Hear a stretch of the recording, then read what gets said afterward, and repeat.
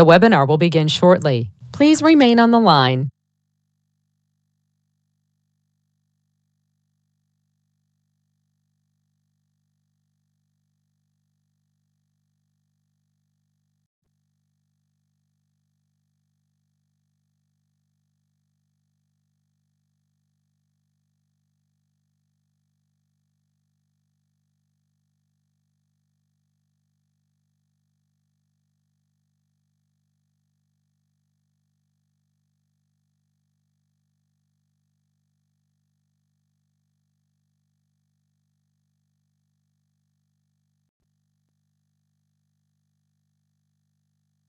The webinar will begin shortly. Please remain on the line.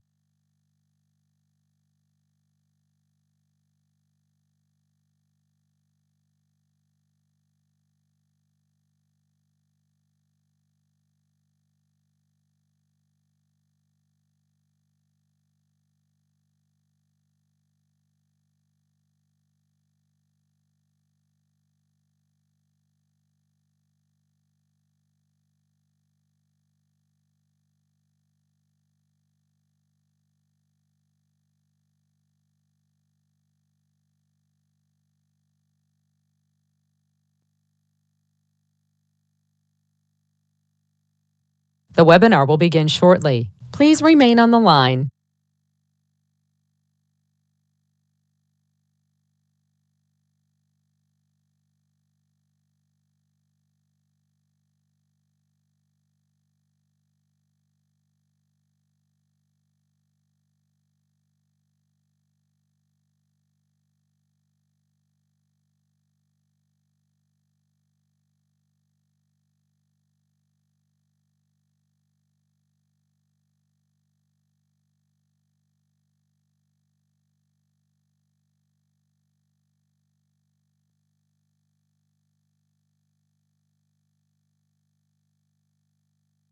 The webinar will begin shortly. Please remain on the line.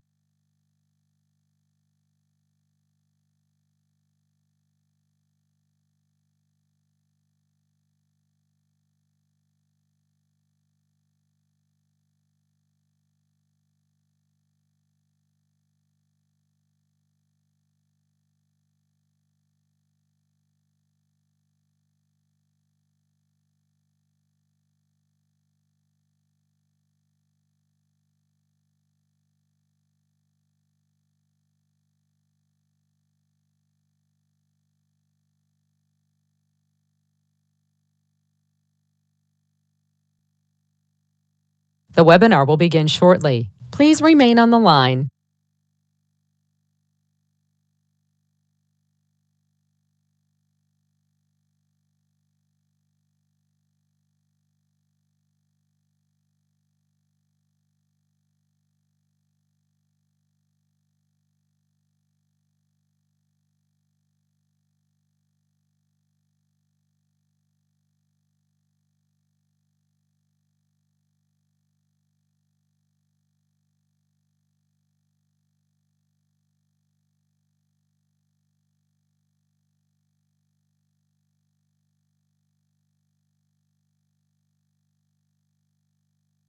The webinar will begin shortly. Please remain on the line.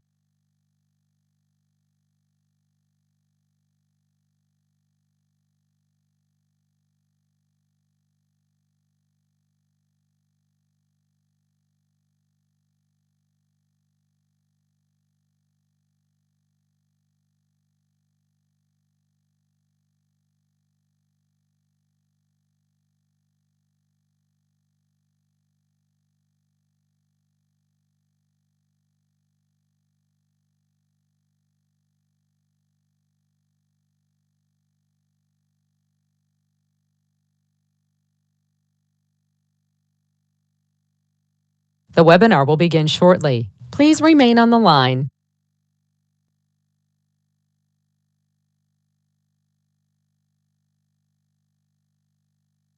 The broadcast is now starting. All attendees are in listen-only mode.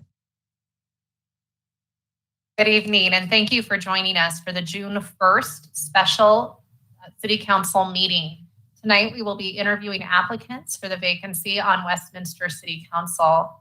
My name is Anita Seitz. I am the Mayor of Westminster. I'm joined by my colleagues here, and I would ask you to join us in saying the Pledge of Allegiance. I pledge allegiance to the flag of the United States of America and to the republic for which it stands, one nation, under God, indivisible, with liberty and justice for all. Now I will ask the City Clerk, Michelle Parker, to please do a roll call. Mayor Pro Tem Dumont. Here. Mayor Seitz. Here. Councillor Seymour. Here. Councillor Scully. Here. Councillor Smith. Present. And Councillor Volz. Here. As I mentioned, tonight we will be doing interviews for the vacancy on Westminster City Council. Each member will be asked 12 interview questions, time permitting. Each candidate may include an opening or closing statement. Follow-up questions from City Council may be asked, time permitting. Each candidate has exactly 20 minutes for their interview. A 5-minute warning will be given by Ms. Parker, who's seated in the back. Candidates are asked to answer only the questions asked and not to divert to other subjects. There will not be a public comment session. No questions from the public will be accepted.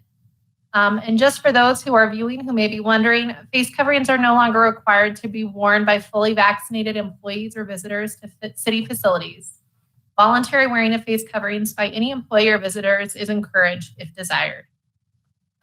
With that being said, our first applicant tonight is Mr. Patrick Rock. Mr. Rock, please come forward.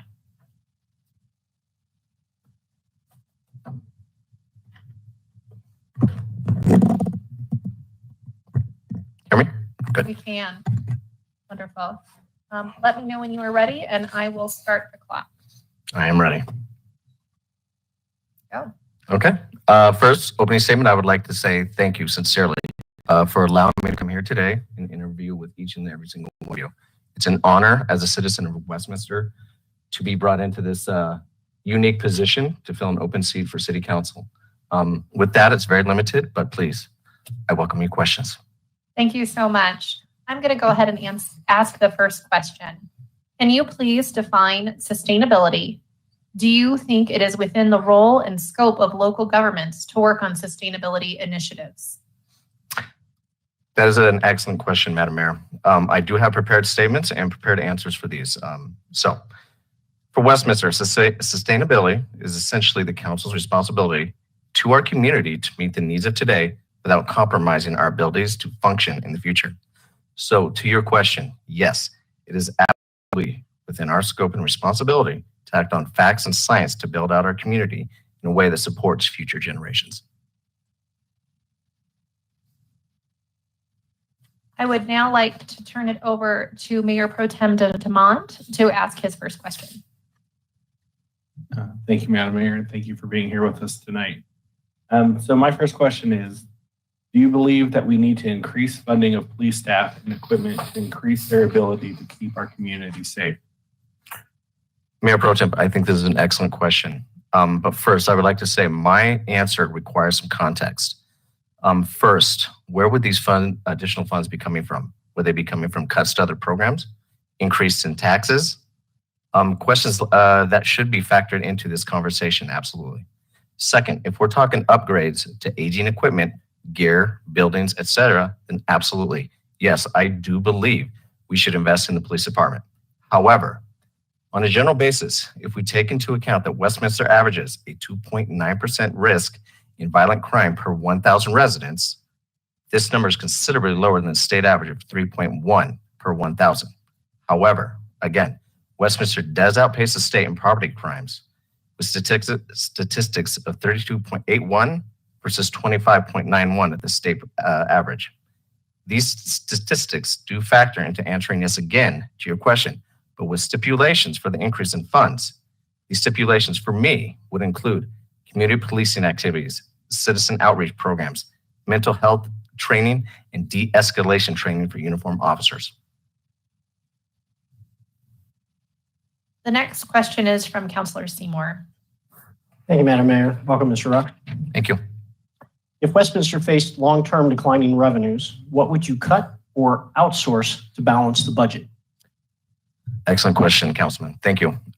First, again, I would like to say that my answer requires some context in that the city needs to know the root cause of declining revenues before we establish some sort of recovery plan.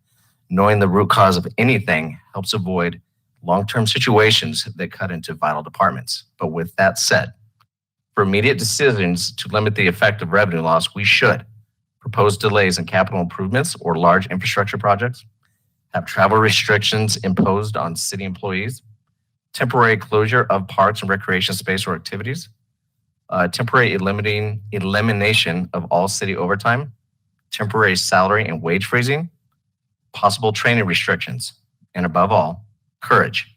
If we're facing long-term declining revenues, the City Council needs to have the courage to address issues before the crisis is on our doorstep. Thinking forward and having a strategic and balanced approach is absolutely necessary to avoid long-term declining revenues.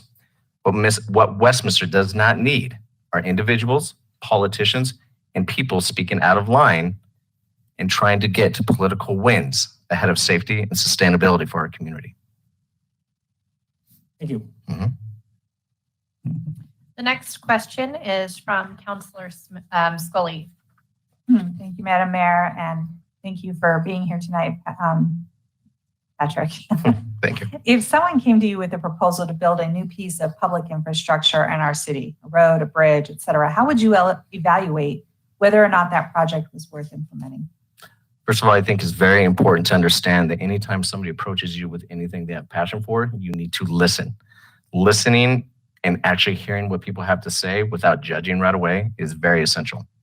But I would also ask questions. I would have the city look into it. I do not have all the answers to these types of situations.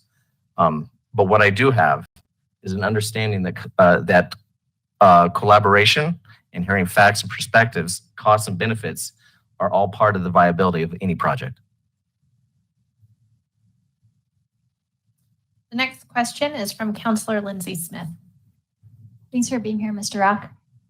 Does your interest in serving on City Council stem from a personal interest, a goal, a desire? Is there something in particular you hope to accomplish while on the City Council? And why is serving on City Council important to you? Thank you for asking that question. When I first read that question, it actually was very thought-provoking, so I do appreciate it. But my interest is actually all three categories. I feel the need to contribute to the whole of the community through communication and teamwork that brings out lasting and positive growth for our city.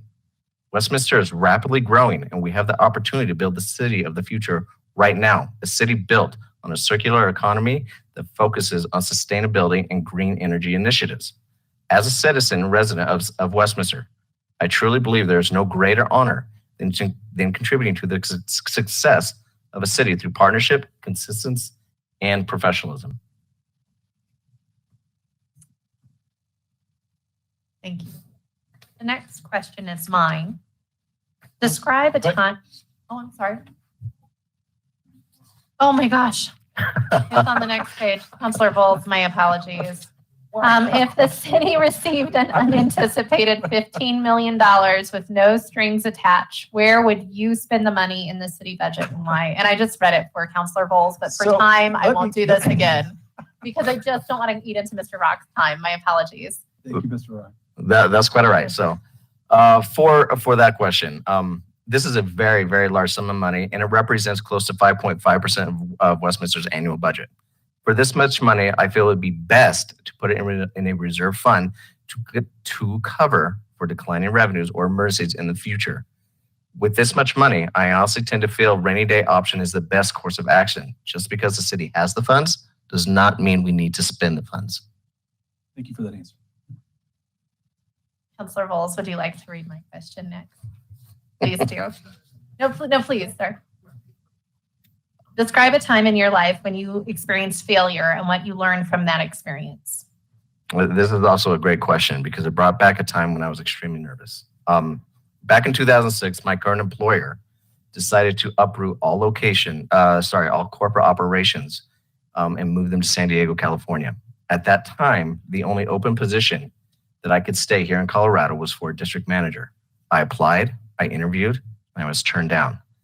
After 6 successful years being with that company, the frustration and fear set in right away.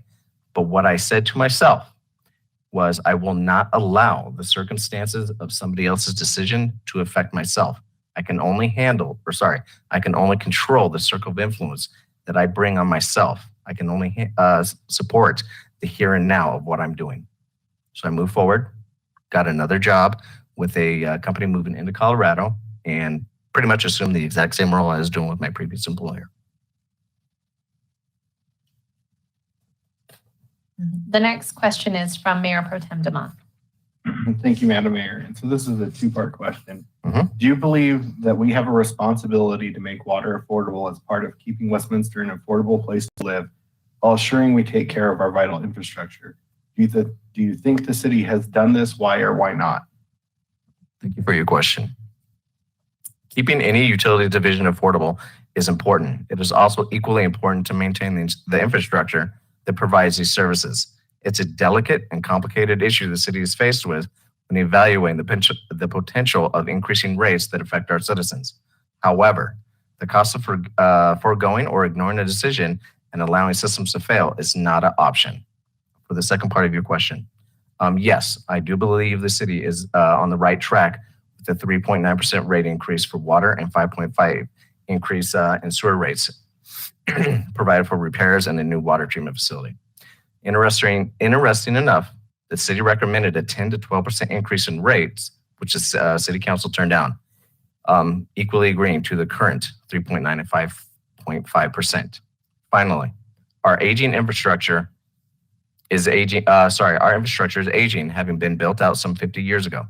Westminster cannot continue to grow at a rate of 6.5% since 2018 without updates to these systems. Thank you. The next question is from Councillor Rich Seymour. What do you believe is the most effective way to reach out to our residents? Thank you for your question. It's important to understand that in 2021, our residents and opinions are now operating on a 24-hour cycle. Social media and various other platforms are being used to build narratives that often drive our local government decision-making. To stay on top of this, Westminster should implement a social media correspondence team that can respond quickly to comments and control much narratives that are being driven. Short videos of social media representatives, say, city clerks, council people, put on Facebook, put on Twitter, so on and so forth. We can help control some of the narrative and really build support within our community. Finally, we need to have a cadence on town halls. Give the public an opportunity to voice their opinion or discontent in a face-to-face manner. As members of City Council, we need to enact these outreach methods to empower involvement and get more than the 39% of our eligible voters that voted on our last turnout. The next question is from Councillor Scully. How would you expand the work of diversity, equity, and inclusivity in our city? Thank you for your question, because I truly believe diversity is a very important topic in today's day and age.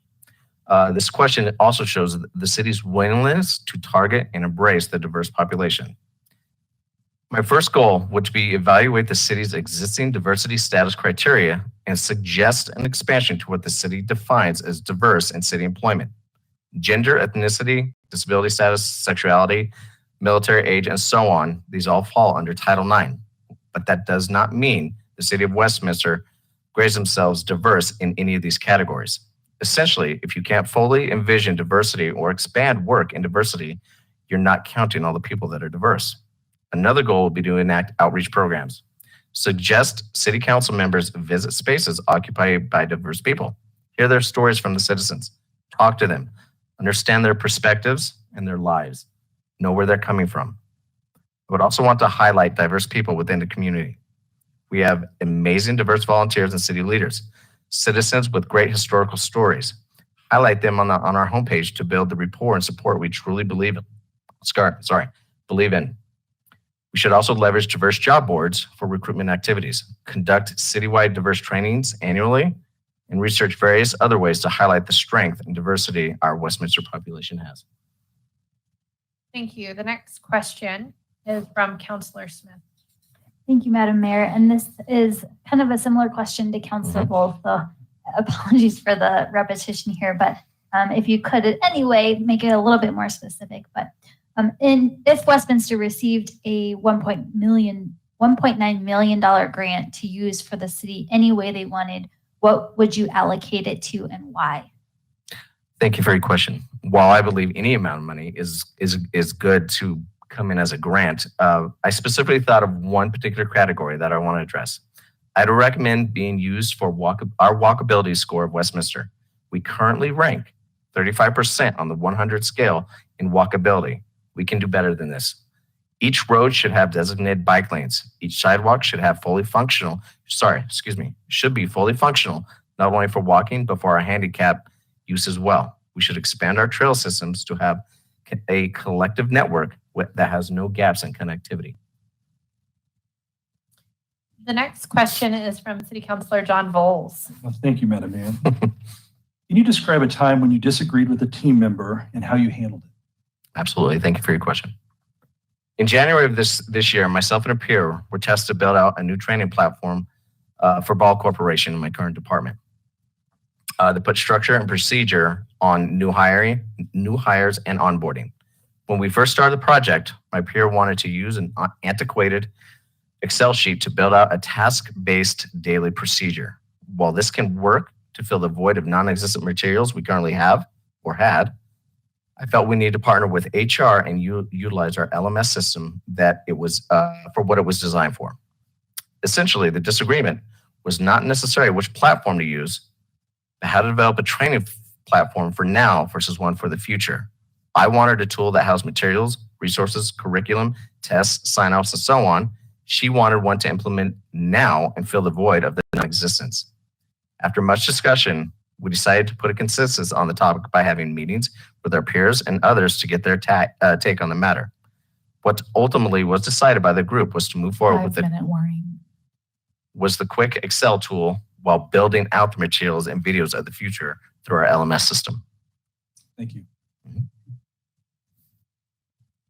Okay, this has come to the end of the formal questions. At this time, we can either, if you have a prepared closing statement, feel free to give that to us. Otherwise, I can poll my colleagues and see if anyone has questions. Actually, no, I'm very thankful again for having me here, but I do not have a closing statement. Okay, wonderful. Is there any member of council that would like to ask further questions? Councilor Dumont or Mayor Pro Tem Dumont. Thank you, Madam Mayor. I wanted to follow up on your answer from my first question around police funding. I'm just curious, in your time in the city, like you talked about specific outreach programs and stuff. I'm just curious what you know about the actual outreach programs that the police department does.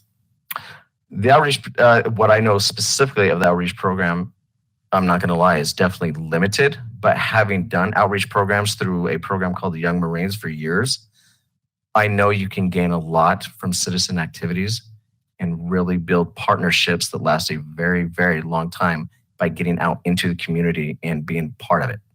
Great, thank you. Thank you so much. Are there any other members of council who have a follow-up question for Mr. Rock?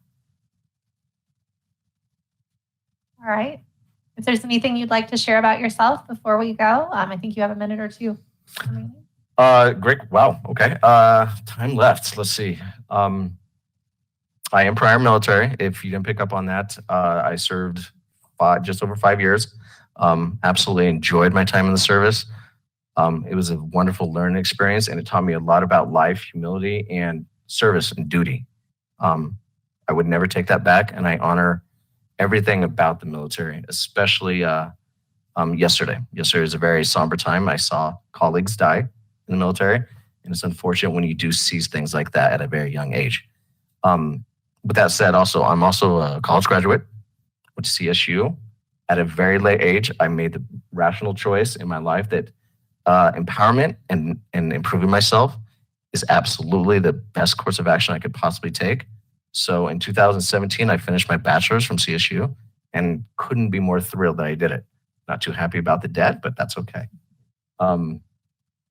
Other than that, I love Westminster. I used to be a branch manager when that Starbucks over there was City Center Chase. I've been in this area since 2000. So now that I live in the area, I couldn't think of anywhere else to live, honestly. I love Westminster. I love that it's halfway between Boulder and Denver. And I feel like I've always been a part of this community. And I can't see how much time is left on the clock, but if there's time remaining, would you like to ask any members of council any questions? Or as a body? I think I'm okay. I appreciate your guys' time. Thank you, everyone. Thank you so much for your application. Mhm. And we will be in touch. Okay. Thank you, folks. Thank you. Thank you. I apologize. Actually, please take a seat. Councilor Seymour, I did not see that your name was. Oh, okay. Okay. Thank you.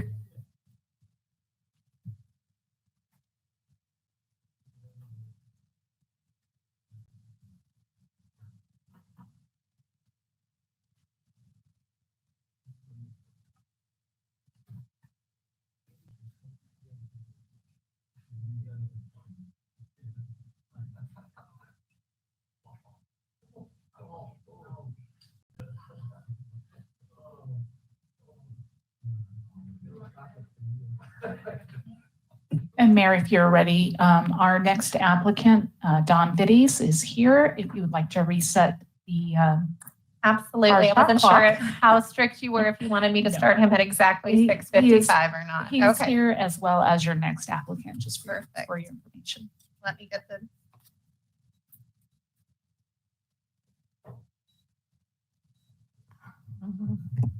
Okay, I won't start it until I give the Okay. instructions. Test. So I know you were here for part of it, but I will go through the instructions for everyone. Each candidate may include an opening or closing statement. Members of City Council are going to ask a series of 12 questions. I'll make sure everyone gets to ask their own questions this time.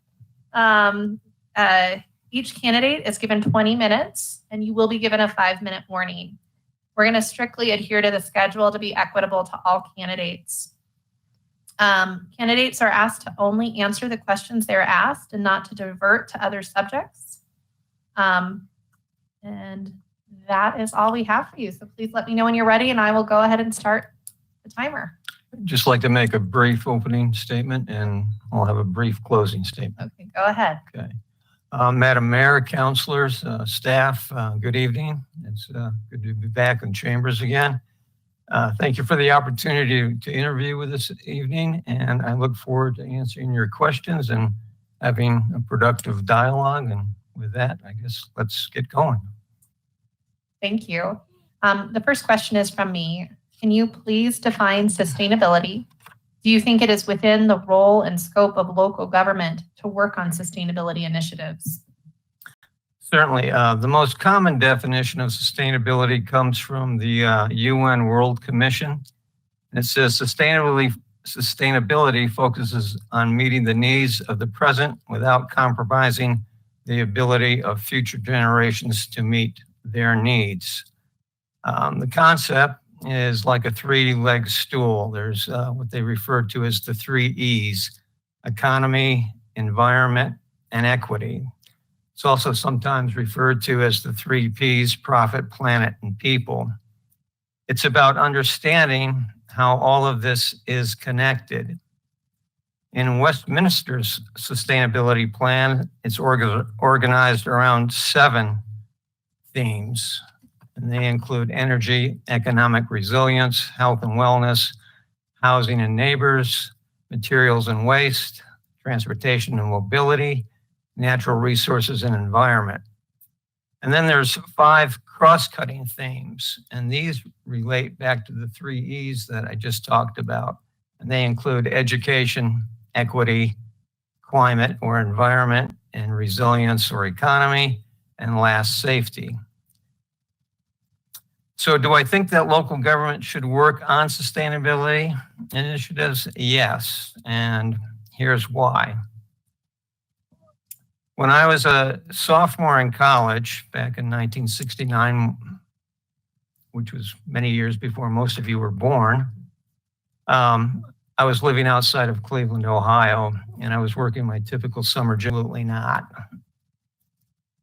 What happened was that a large amount of sludge and grime and chemicals got caught on a railroad bridge, and a spark from the train that was going by caught that on fire.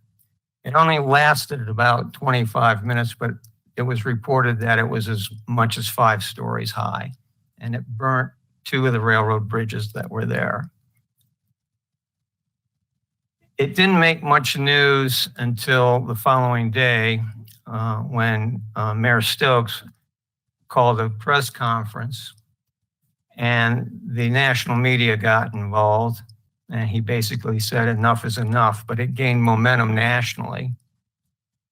And President Nixon at the time reacted to it, and he actually formed the EPA. And then a year later, the Clean Water Act was instituted. So yes, I think government has a role in sustainability and moving things forward in that regard. Thank you. The next question is from Mayor Pro Tem David Dumont. Thank you, Madam Mayor. Thank you for being here tonight. My question is, do you believe that we need to increase funding of police staff and equipment to increase their ability to keep our community safe? Sure. As a graduate of the Westminster Citizens Police and Fire Academies, I certainly believe that our first responders need to be adequately supported. This includes the support staff as well. A core service of any city is to provide a safe environment for all. Currently, I understand our police department is understaffed in both officers and support staff. This last year has been particularly challenging for many departments across the country. My nephew is a police officer in another state, and I'm very familiar with the challenges of police work and how it impacts immediate and other family members. Westminster Police and Fire Departments have always had the highest standards, and this is a source of pride for our community. Maintaining these high standards should remain a priority. I look forward with working with Chief Carlson and Chief Hall to ensure that high standards are met. Thank you. The next question comes from Councillor Rich Seymour. Good evening. If Westminster faced long-term declining revenues, what would you cut or outsource to balance our budget? Well, first, let's hope that that doesn't happen, but I think this last year has been a good test as to how to respond to that possibility. Everybody's had to pivot with the pandemic, and that includes the council and the staff. So I think, quite frankly, that the city has done an excellent job in that regard. First of all, I think that all departments and funds have to be on the table, and you make adjustments as required. If after that you found that outsourcing was valid, then you might start with, say, the fire department. That may help the bottom line of the city, but not necessarily the taxpayers. Services cost money, and someone has to pay that bill. Parks, recs, and libraries might be another option to outsource. In both cases, I would want the voters to be well informed, and I would leave the final decision to them.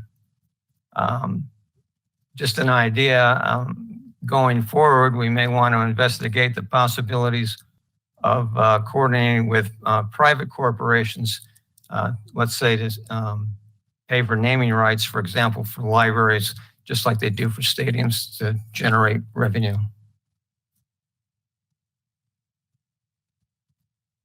Thank you. The next question is from Councillor Catherine Scully.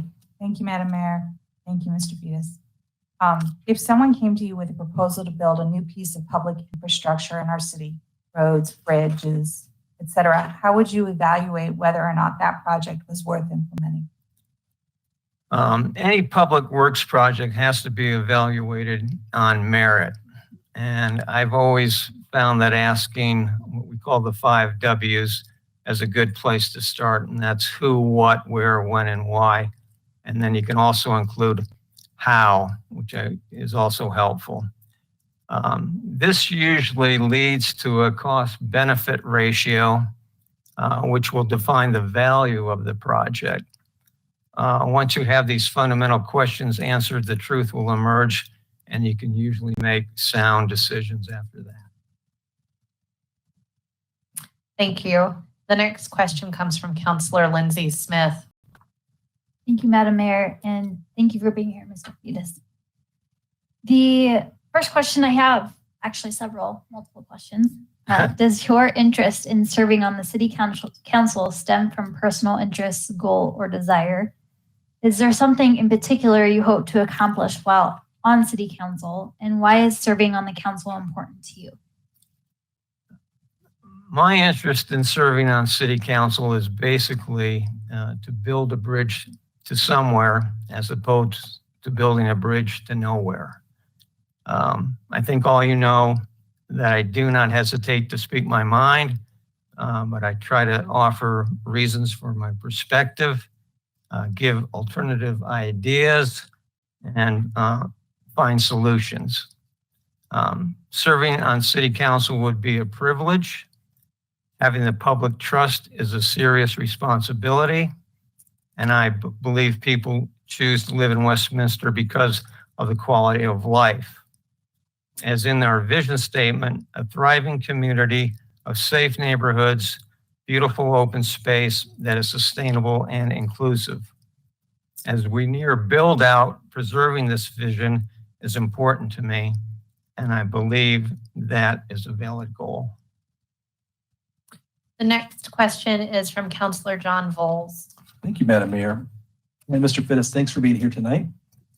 If the city received an unanticipated $15 million with no strings attached, where would you spend that money in the city budget and why? Well, 15 million is nothing to roll your eyes at. So I would want to make sure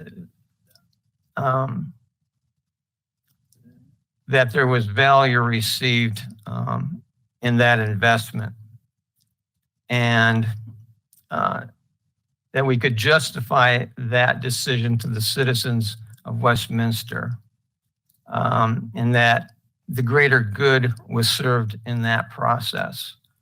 I know that a shiny penny is very often an attractive choice, but it may not be the best choice. Obviously, we have infrastructure needs, and replacing water lines may not be as sexy as some other choices. However, safe drinking water is a core service that citizens expect the city to deliver. In the end, I would want all options on the table, and then I would hope that council would make the best possible choice.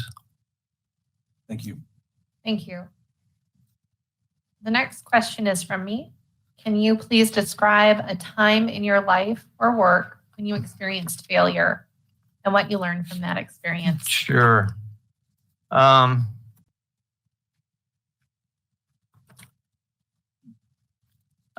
been in sales most of my adult life.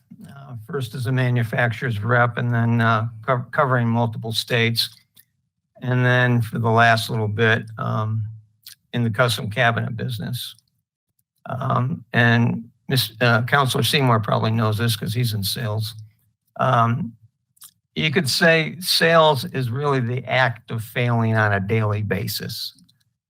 You meet with the customer, you make a presentation, you overcome objections, and then you close, and then you repeat. But in reality, you're not going to sell everyone. And you shouldn't have to, and you shouldn't want to. There are good customers and not so good customers. And then you have to balance that with the needs of the company that you represent. So if you have a boss or an owner who doesn't have a sales background, very often they don't understand that concept. They think you should sell everybody and everything. But in reality, it doesn't serve the company well.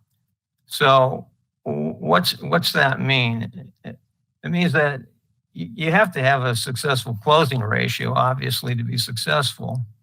And what do you learn in that situation? You learn perseverance is what you learn, and professionalism. And I would bring that to council. Thank you. The next question is from Mayor Pro Tem Dumont. Thank you, Madam Mayor. This is a two-part question. Do you believe we have a responsibility to make water affordable as part of keeping Westminster an affordable place to live, while assuring we take care of our vital infrastructure? Do you think the city has done that? Why or why not? Well, the growth rate in Colorado is currently 7th highest in the nation. The median home price in Colorado, according to Zillow, is now $502,000. It's probably gone up since I checked it.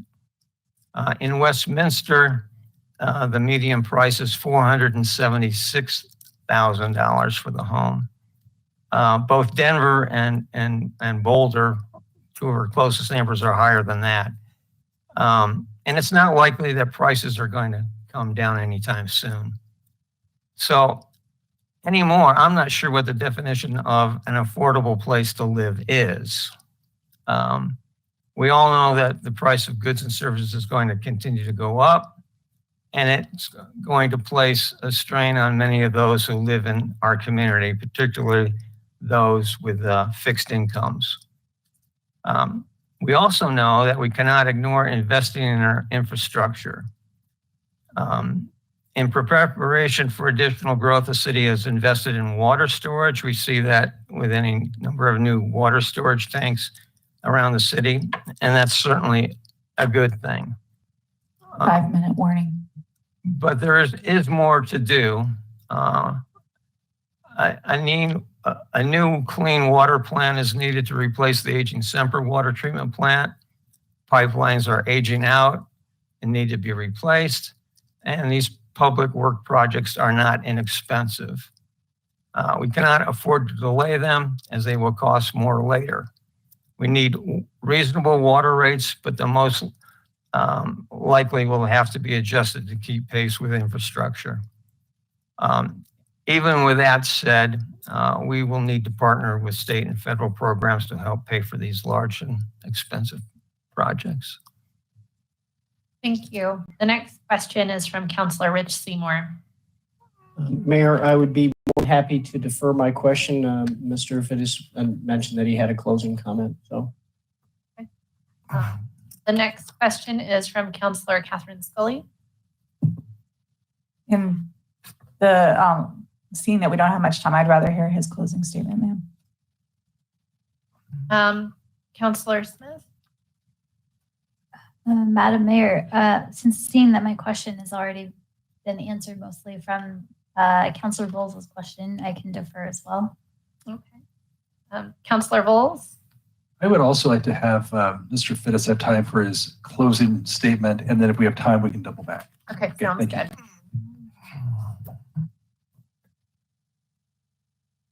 Well, thank you once again for the opportunity to apply for the open seat on council. I would especially like to thank staff for their extra efforts to make this possible. Last, I would like to thank all of the candidates who applied for this position. It's encouraging to see the public involvement in local government, and it makes Westminster a better place, and I wish them all well. I want council and staff to know that I enter this endeavor with my eyes wide open. I appreciate your dedication and hard work and you should know that I am prepared to work as hard as I can to make the citizens of Westminster proud of their local government. Thank you again. How much time is remaining on the clock? 2 minutes. Since Councillor Volz was the first to say he'd like to circle back to his question. Or did you say you'd like to circle back?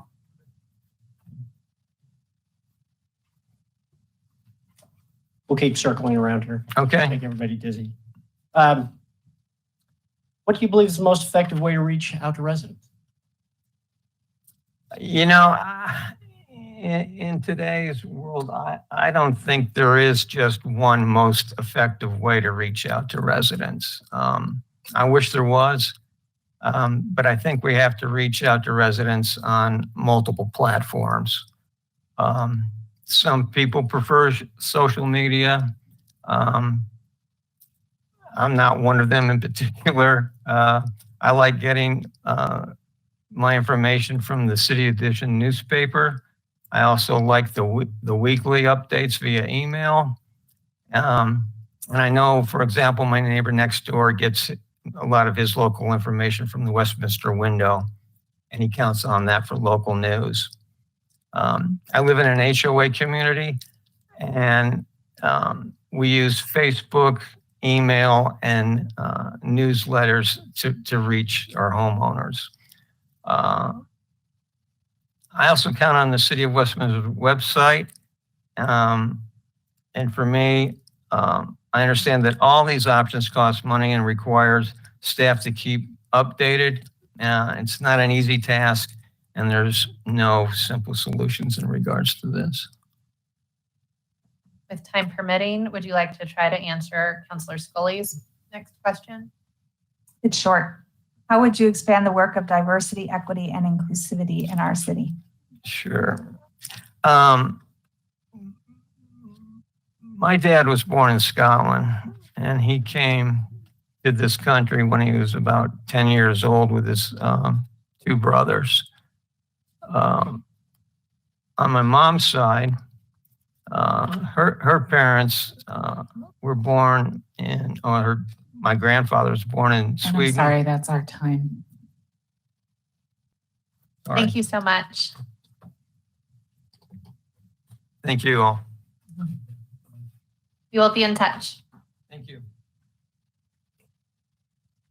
The next applicant that we have tonight is Obi Izadi. Please come forward. Thank you for being here.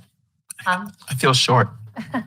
You know, actually, I believe that desk, you can adjust that, the desk itself rather than the chair. I think there's a button you can push to make it go lower. Is it down as low? Okay.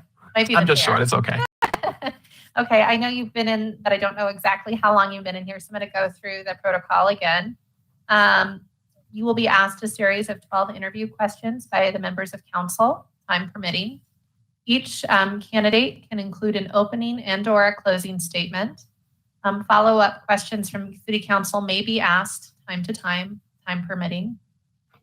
Each candidate has 20 minutes for their interview, and we will give you a 5-minute warning. We will strictly adhere to the schedule to be equitable.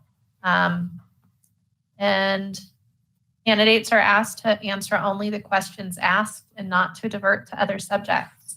I'm going to take a moment to reset this shot clock here, and I will let you know when I'm ready.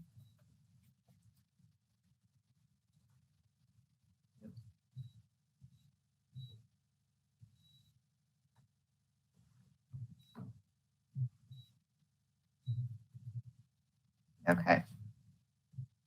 Let me know when you'd like to start. Yes, thank you so much for inviting me. I have respected each of you for a long time, and I appreciate the opportunity to speak in front of you. I have an opening statement and a closing statement as well. So, as you all know, I am running a campaign. I believe that I might be the only finalist here actively campaigning for City Council. And I think that's important because it shows my commitment. It shows why I'm here, why I'm doing this.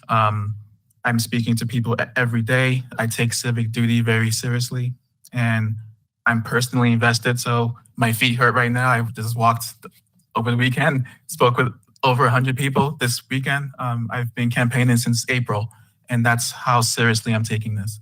I'm personally invested tens of thousands of dollars into my campaign, and I think that's important because it shows that I really do care about this. I believe that government must center in servitude to our residents, number one, and that includes unconditionally listening to them.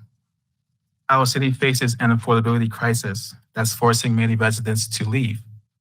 Our people can't afford to work where they live. I'm a man of the Christian faith, and it is that faith that orients me towards love and respect for all people. My qualifications include a long career across many different industries, working in transportation, in healthcare, in real estate, in hospitality, in technology. I'm also a small business owner, and I've started and failed and started again many different companies and businesses. So I do understand what it'll take to bring us to a just economic recovery. And finally, I serve my community in many ways. I'm a donor to several organizations. I'm a mentor to youth and adults on entrepreneurship and working towards achieving financial freedom. I'm a board member on ECPAC, Early Childhood Partnership of Adams County. And I just recently joined the Finance Committee of Growing Home. And, again, thank you. And I look forward to the rest of these questions. Thank you. Please define sustainability. Do you think it is within the role and scope of local government to work on sustainability initiatives? Yes, thanks for that question. I love this question because sustainability is is actually a core principle of how I make decisions. To go back to that three-legged stool, I really like that metaphor. I see it as I see sustainability as from three different lenses. Really, there's the society lens, the economics lens, and then the environment lens. From a society standpoint, we need to make sure that our people are healthy and secure. From an economic standpoint, this drives my support for our small businesses and my support for ensuring that residents have necessary access to financial capital, financial equity, and financial instruments. And from the environment standpoint, I'd like to double click on that real quickly. So climate change is a physical reality that poses significant risk to our children and great-grandchildren.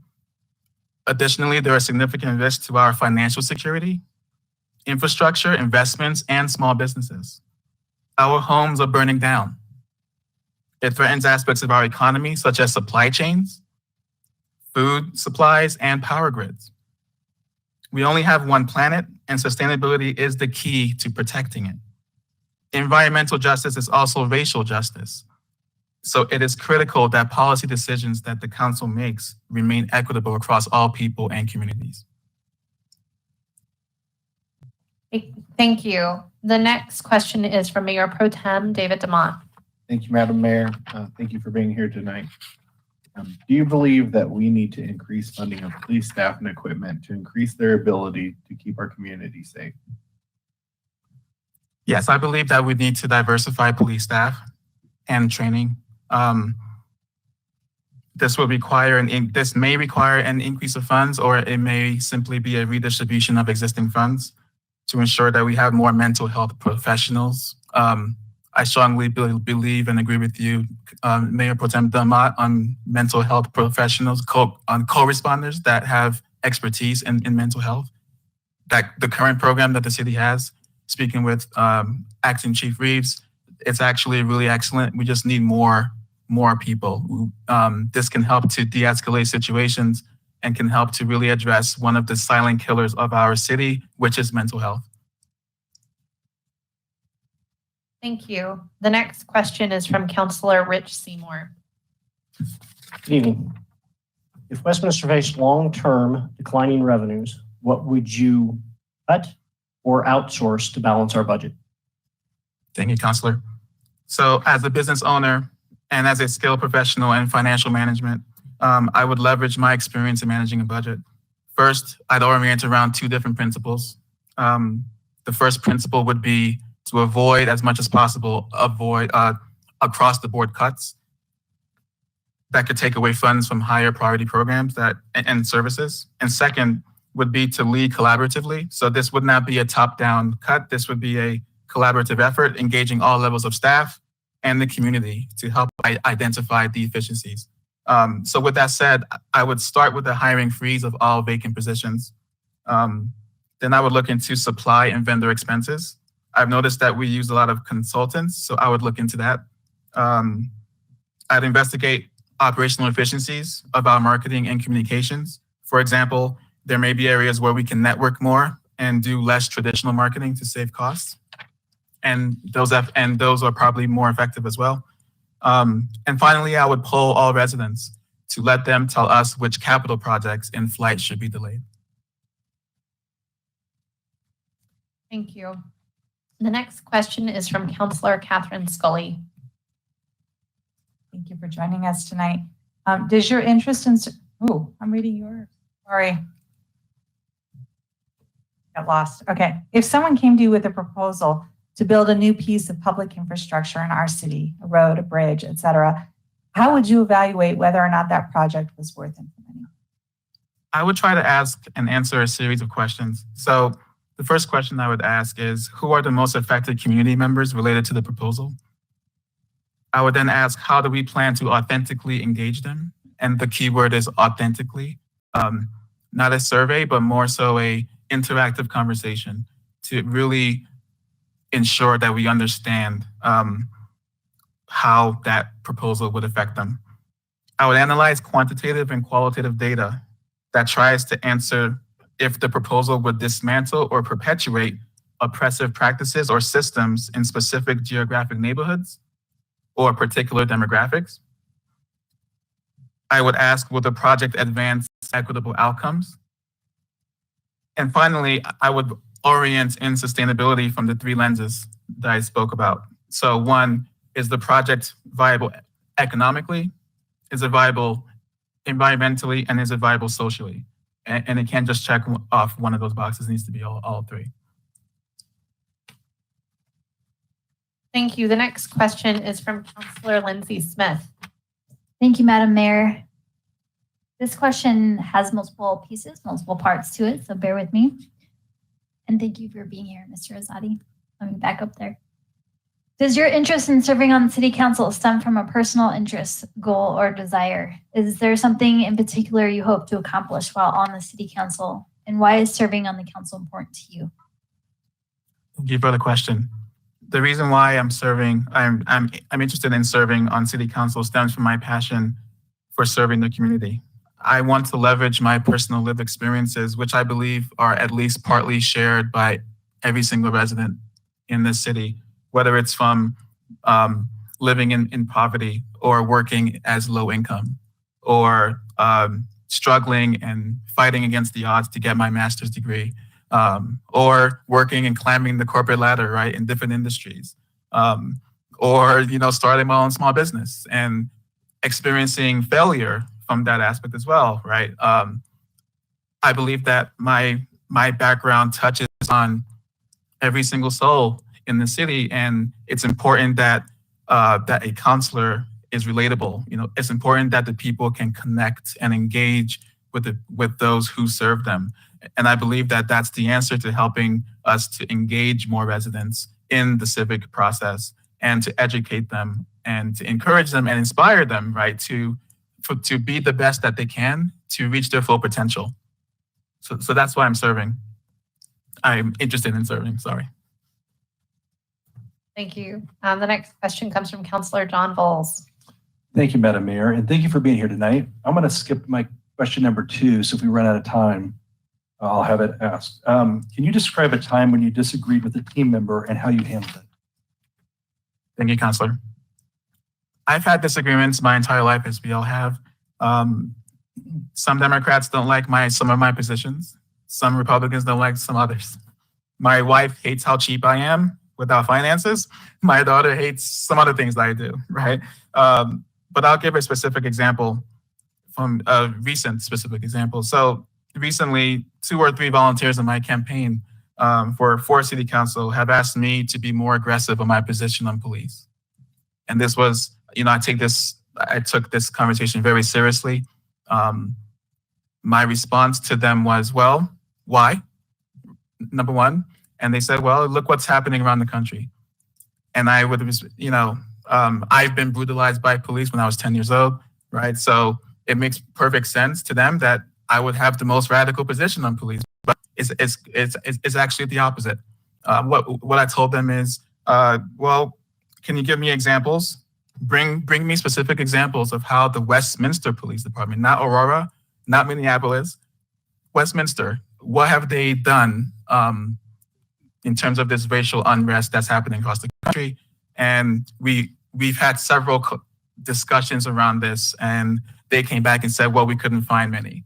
And my answer to that was not gloating, but more so the reason why I don't have a strong position on police reform is because I respect and honor the people who serve us, the people who sacrifice their life every day. And coming from someone who has been brutalized at a very young age from police, you, my volunteers, should take that very seriously and take that as an example that the way to change is not hate. The way to change is love. It's collaboration. It's connecting police with community. It's rebuilding the trust. It's perhaps maybe forming a committee that includes police members as well as residents to collaborate more and figure out ways of maybe becoming more accountable and raising the transparency, because transparency and outreach are 2 guiding principles that I always lean back on. When something's wrong, just become more transparent and figure out better ways of outreaching, and that should solve most issues. If it doesn't, then talk more, right? We need to be neighbors again, and we need to find the love. So that's my position on police. Thank you. The next question is mine. Describe a time in your life when you experienced failure and what you've learned from that experience. So I'm not sure if we have 30 more minutes to go through my failures, but I failed in many things throughout my life. As a business owner and startup guy, you go through 1,000 failures to get to one exit, right?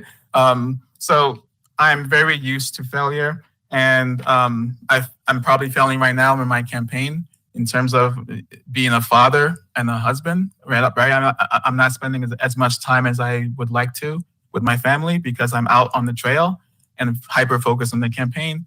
But my biggest failure was maybe going back 7 years ago. I was the right hand to the president of a large organization, and I climbed to that position over several years, working against the odds, against the color of my skin to get to where I was, working twice as hard just to be seen as equal. But when I got there, I forgot who I was. I forgot where I came from.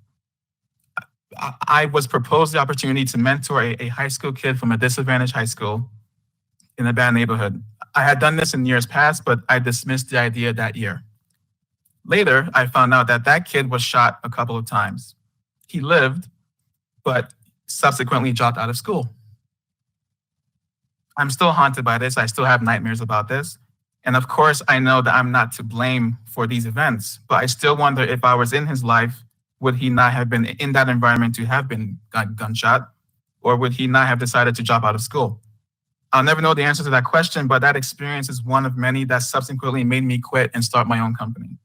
It recentered me that individual success is meaningless if it can't be translated into community advancement. And that's one of the reasons why I'm running for council today, and that experience changed my life. Thank you. The next question comes from Mayor Pro Tem Dumont. Thank you, Madam Mayor. And so this is a 2-part question. And I want to interrupt you. You are at 5 minutes. And the question is, do you believe we have a responsibility to make water affordable as part of keeping Westminster an affordable place to live, assuring we take care of our vital infrastructure? Do you think the city has done this? Why or why not? Yes, I believe that we can walk and chew gum at the same time. That's my favorite saying, and my family will tell you how much they hate me for saying that for every single situation. But I do believe that it's true. in this case.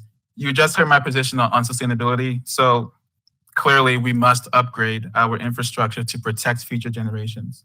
However, we must also make water affordable again for our low-income working families. Like I mentioned, I've been actively campaigning for many, many weeks, and I've heard the lived experience from many residents. And I know that Councilor is currently split on what to do. But I believe a solution exists somewhere, and it's going to take collaboration.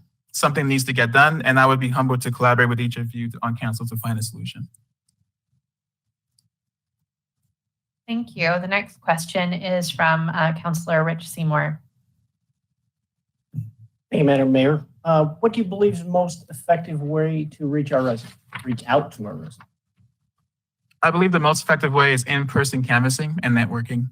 And this is coming from a guy who lives on social media and lives electronically. But I have found and seen and confirmed with this campaign that in-person is the best way to really understand, to really communicate information. As candidates, we spend tens of thousands of dollars to promote our campaigns. So why can't the city spend more time and effort meeting the people where they are? Thank you. The next question comes from Councillor Scully. Thank you for being here tonight. How would you expand the work of diversity, equity, and inclusivity in our city? Thank you, Councilor. I would urge more transparency and outreach. We have some great groups, plans, committees on this topic. I'd like to see or hear more about the action and the efforts that are being done. I believe that the majority of people don't know all the great work that the city is actually doing. Yet we all know that the foundation of diversity, equity, and inclusivity should be anchored in education to help our community grow and evolve. I'll be a proponent for more formal criteria in all city business and evaluations to more intentionally promote equity and reduce disparities. Thank you. The next question is from Councillor Lindsay Smith.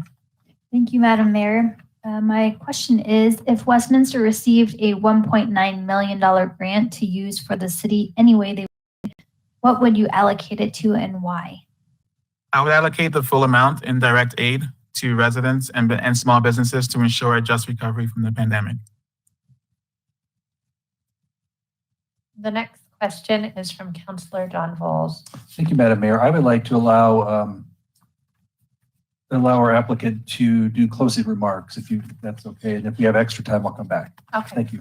We're at about 1:41. You can start. So Westminster has faced some tough years and times are tough. I believe in Westminster, we have the opportunity to rally around the struggle and work together to find solutions. I believe in our people, our values, and our future. I believe as a council, we have the power to get things done, to get rid of partisan politics, to find common ground again, to build bridges again. I'm not sure if you know this, but I've respected and been inspired by every single one of you for a long time. Mayor Seitz, your doggedness on sustainability in protecting our futures.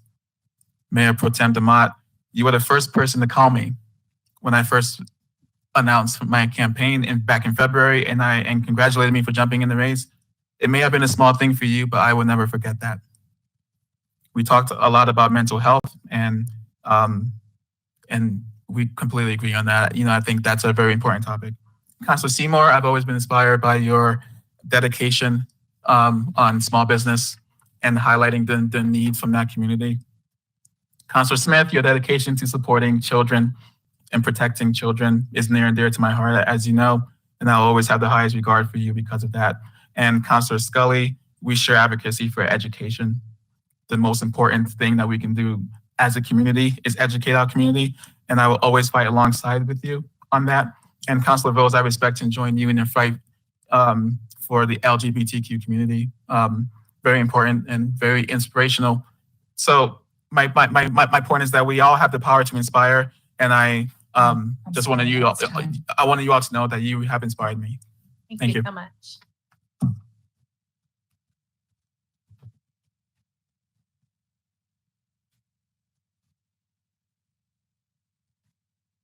All right, our next applicant tonight is Wayne Anderson. Please come forward. I don't believe you have heard me go through the protocols, so I am going to read through them. Okay. Members of the City Council will ask a series of 12 interview questions, time permitting. Each candidate may include an opening and/or a closing statement. Follow-up questions from City Council may be asked, again, time permitting. Each candidate has 20 minutes for their interview. 5-minute warning will be given. We will strictly adhere to the schedule to be equitable, but we reserve the right to shift interview times as necessary. With that said, I'm going to go ahead and prepare the clock and let me know when you're ready to go. Okay. Wait, hold on. I messed up. NBA is not going to be recruiting me anytime soon. Okay. Ready when you are. Okay, thank you. By the way, thank you very much for being here tonight, listening to me.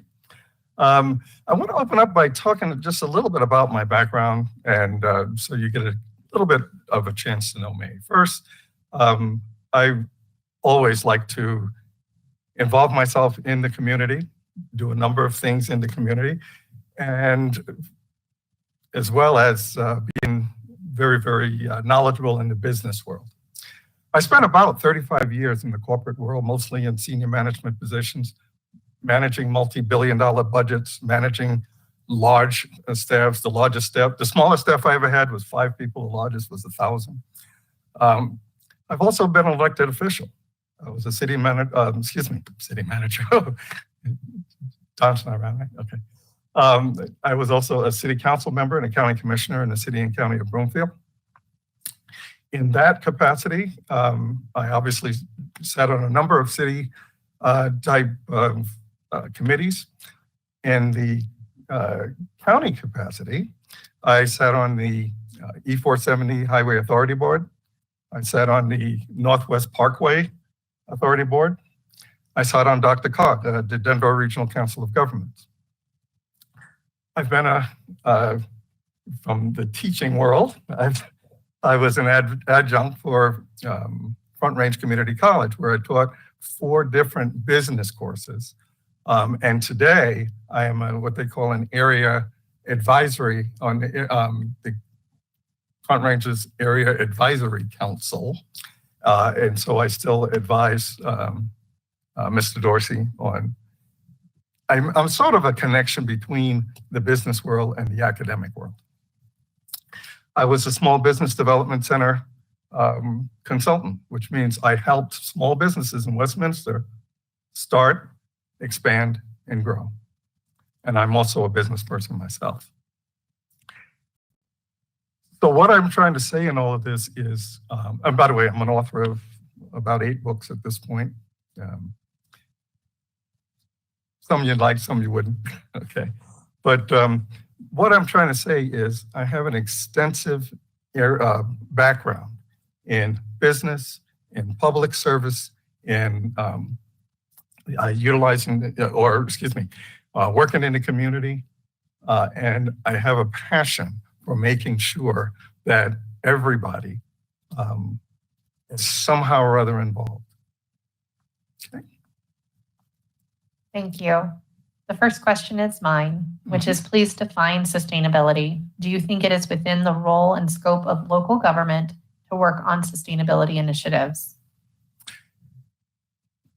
When I think of sustainability, what I think about is a city that's designed, from a city perspective, I think of a city that's designed with the consideration from an economic, an environmental, a social aspect, and the impacts in those areas. I think of it as a city where there's a resilience in terms of the quality of life that we establish for not only the current residents, but our future residents as well, okay? Our city needs are gonna grow. And as a council person, we're gonna have to deal with some of that growth. And so initiatives such as sustainability are, from a city's perspective, I think we need to provide a guidance, if you will, and direction to committees, commissions, other outreach programs, so that we can, I mean, this is a big topic. Unfortunately, we only have 20 minutes, so I can't cover everything that's in I understand sustainability. But what we should do is have our stakeholders, our community residents, help us with a task this size. Thank you. The next question comes from Mayor Pro Tem Dumont. Thank you, Madam Mayor, and welcome. Do you believe that we need to increase funding of police staff and equipment to increase their ability to keep our community safe? Thank you, Councilor. That's actually an excellent question. I look at it from the perspective of safety, and safety is one of our key services or key that we provide to our residents, right? However, one of the other things that's a key responsibility of ours as a council member is the budget and fiscal management. So I believe we would need to first we need to look at all of the line items. Then what we would need to do is we would need to look at some of the crime and safety reports, things of that nature. We need to interface with some of the stakeholders and look at various areas within the city to see if we have challenges in one place versus the other.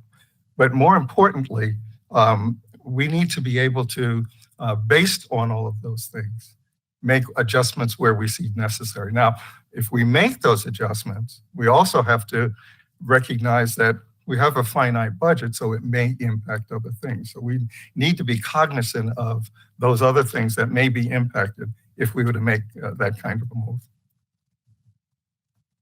The next question is from Councillor Rich Seymour. Good evening.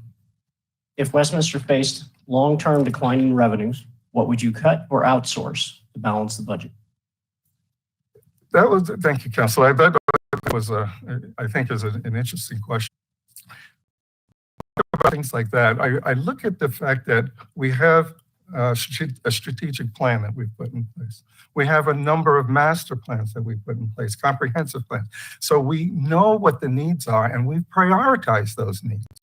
So I think the best thing to do is look at that priority of needs and essentially work from the bottom up, okay? I think you mentioned outsourcing some of those services. I assume that means that there's somebody out there that can do it a little bit better than we can. Well, that's also clearly something that or cheaper, let's put it that way, than we can. So I believe that is something that clearly we should look at when making those kinds of decisions. Thank you. The next question comes from Councillor Catherine Scully. Thank you for being here tonight. Thank If you. someone came to you with a proposal to build a new piece of public infrastructure in our city, road, a bridge, etc., how would you evaluate whether or not that project was worth implementing? Thank you for that question. First, I go back to my experience on council in Broomfield, and obviously we get a number of different. You're always going to get different projects that pop up every so often. The thing that jumps into my brain is we have a strong city staff.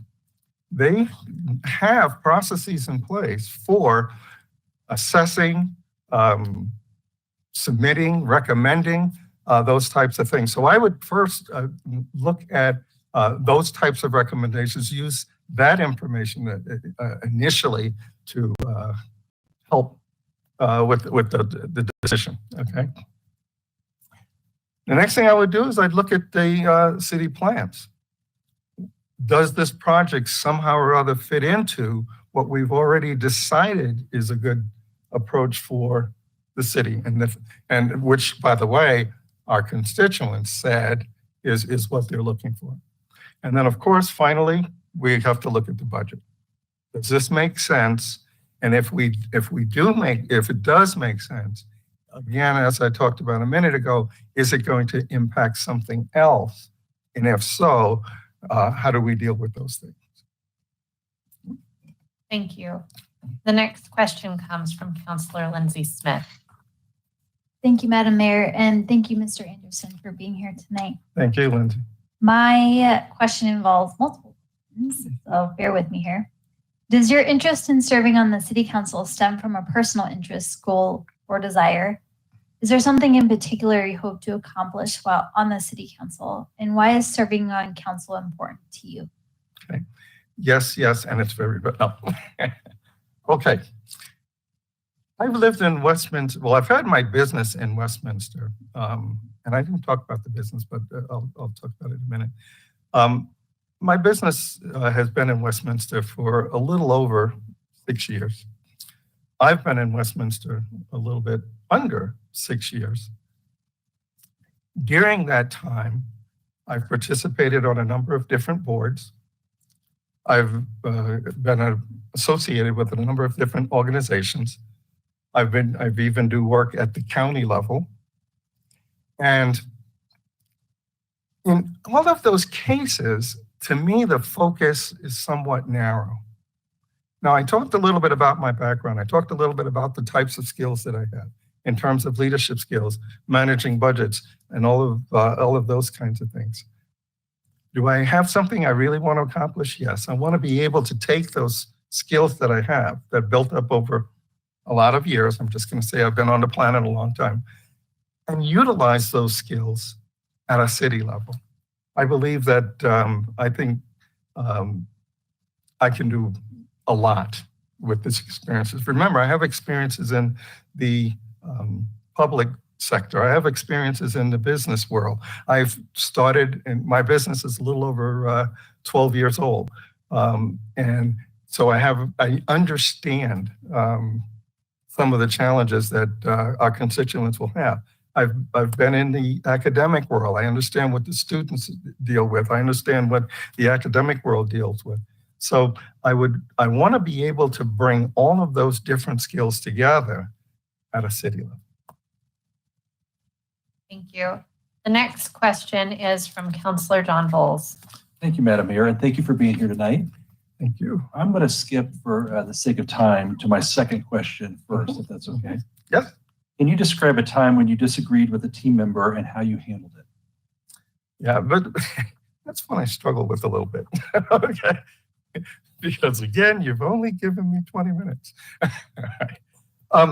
I take pride in the fact that I can work with just about anybody on anything.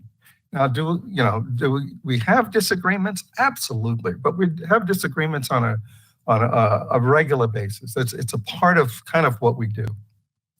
I believe I have a natural ability to not only listen to people and understand what their side of it is, but I think I understand.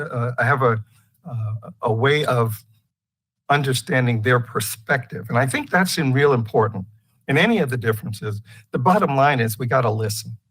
Many times when when we have challenges come up, it's because everybody's talking but nobody's listening. So I think listening is extremely important. Have I ever run into with a team member? Absolutely. Okay. And the situation that I have to think about is it was actually, well, the business was right here in Westminster. My salesperson wanted to go after a particular business. By the way, corporations and generally our client businesses. I didn't think that was one that fit with our particular challenge, but I listened to him. He had been out, he had talked to the people. He understood some of the challenges that that particular corporation had. And although that was not the direction I thought we should go, not only did we get the business, we still have that business, and they've been very excited about our services. Very good, thank you. So the next question is mine. Can you describe a time in your life or your work when you experienced failure and what you learned from that experience? Failure. People who know me know that that's a word I don't like. Okay, because number one, it's subjective, because what's failure to me is not necessarily what's failure to you or failure to another person. I remember the first time I made paella. I don't even think it was edible, but I don't consider myself a failure. And by the way, I also don't think I failed in cooking. As a matter of fact, the next time I made it, it came out very well. But I think what we do have is unexpected outcomes. And I think when I look at it from that perspective, it's a little easier for everybody to deal. So I'd like to kind of give you an example of one of my unexpected outcomes. I was working for Kimberly-Clark Corporation in Wisconsin and working at one of their mills in Michigan. And I had information technology was my area of expertise. Excuse me? 5-minute warning. Thank you. Information technology was one of my areas of expertise. I had a team there, and while they were working, another problem showed up. Now, what should I have done? I probably should have called in the team, but no, I said, I'm going to deal with it. I understand the technology. I understand the business. I'll make the change. I'll fix the problem. Brought the mill down for a couple of hours. An unexpected result from my solution. So really the question is, what did I learn from that? And how do I tie what I learned to city? In the city, we're going to be making decisions that are dealing with people's welfare, dealing with their quality of life, et cetera. And what I learned from that experience is, don't go it alone. A number of these things are beyond just me. Engage our commissions, engage other council members, engage committees, engage the community, engage the stakeholders of the solution. Thank you. The next question is from Mayor Pro Tem Dumont. Thank you, Madam Mayor. The question is, do you believe we have a responsibility to make water affordable as part of keeping Westminster an affordable place to live while assuring we take care of our vital infrastructure? Do you think the city has done this? Why or why not? When I think of that, I think of, I actually believe that we should always be focused on making all of our services affordable. Clean water is one of our, and if you look at our vision, if you look at what we're doing or want to do from a city perspective, clean water is part of the infrastructure, it's part of a decision that we have to make. So when we're looking at that, we have to look at a side of it. Unfortunately, I'm not familiar with at this point, and that is the cost. What is the cost to deliver that service? Okay, and again, we should be doing that with all of our services, and then make the appropriate decision at that time, okay, based on all of those things. Not just the fact that we need to deliver clean water, but what does it cost us to do that? Thank you so much. The next question comes from Councilor Moore. What do you believe is the most effective way to reach out to our residents? I actually love that question, Councilor. When I was on council in Broomfield, one of the things I learned is that there are lots and lots of organizations out there. There's organizations for education, there's organizations for youth, there's organizations for the elderly, there's organizations for the healthy and the unhealthy. And what I would do is what I used to do is I would actually engage with those organizations. I would go to speak at those organizations. I'd update them on the different city activities that were going on. I would find out what their interests were and more importantly, their concerns. And actually, in one of those sessions, a good thing came out of it. In Broomfield, we had wards. And what I learned from being at one of those organizations is that we had a corner where there was no street light and it was literally very, very unsafe. within less than a week, we had a new street light on that corner. I would have never known that had I not been engaged in those different organizations. Okay.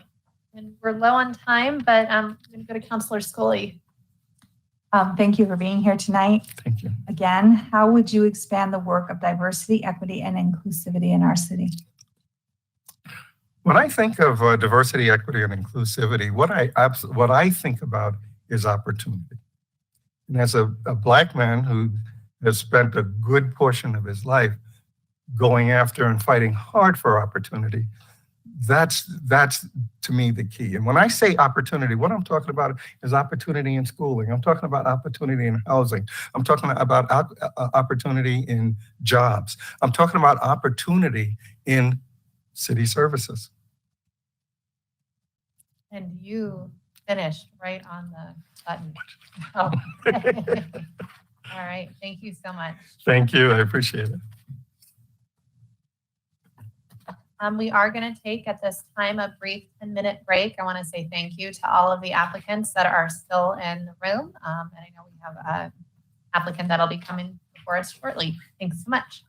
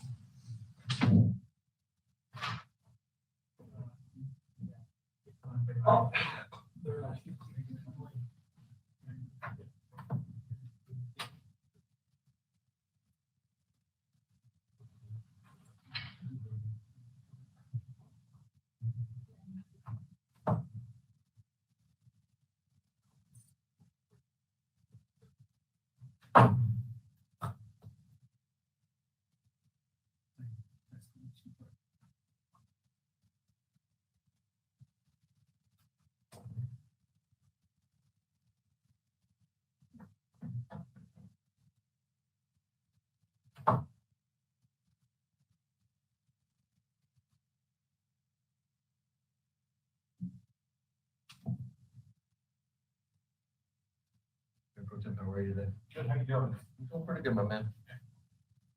How you doing? So we're up. Good to see you. Good to see you. I see you outside of the computer. Yeah, absolutely. They can see everybody in person. Yeah.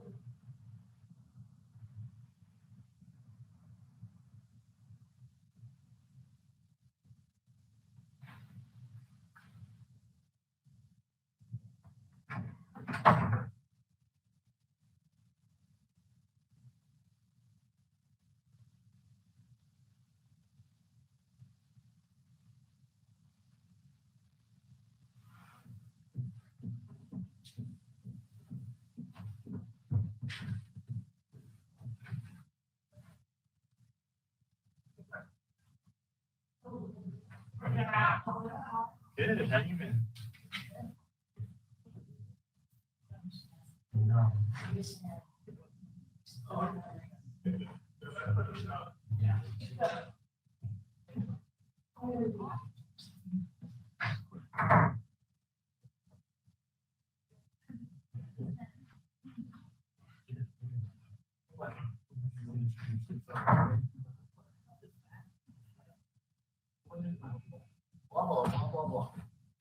I'm Bob. What? He says it's hard to introduce yourself. With this new title.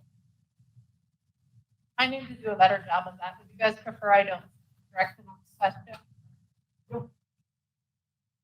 So you gotta explain his title.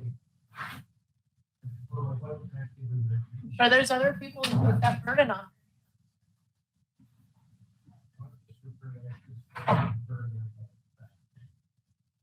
It's really a really.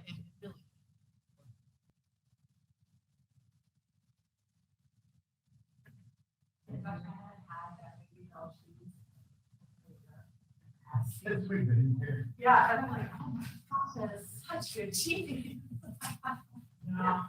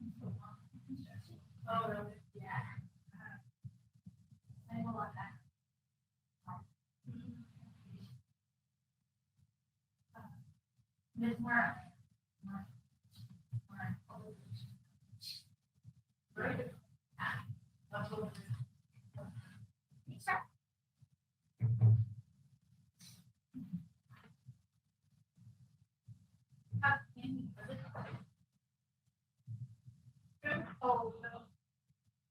You know, I figure.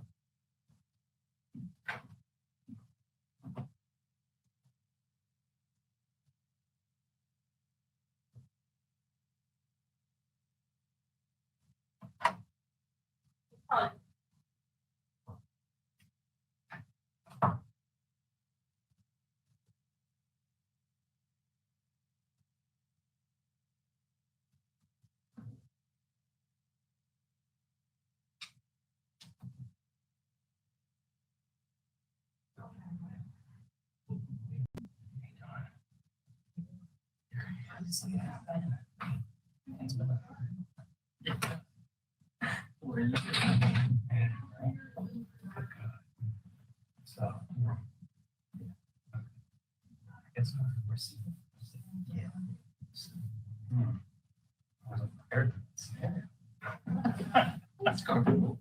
All right. Throws off everything. Good, good. Good to see you again. Good to see you. All right. Right back up. Okay. Yes, we can, absolutely. You're gonna serve the cat up in the top, and then go. She'll ask you. Okay.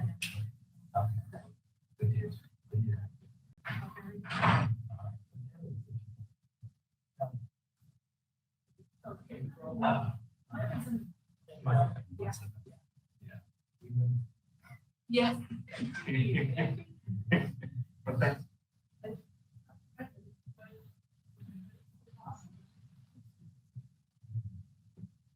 Yeah.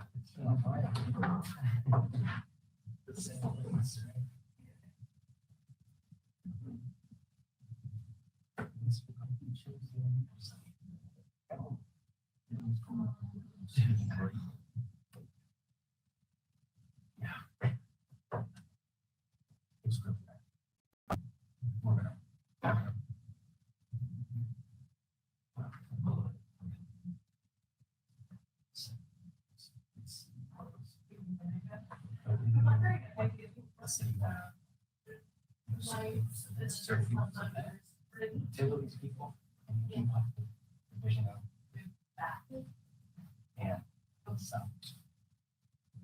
Research C and 400 last 5 years, 15 years, 3.0, 2 acting, 1 was acting for 9. Was acting.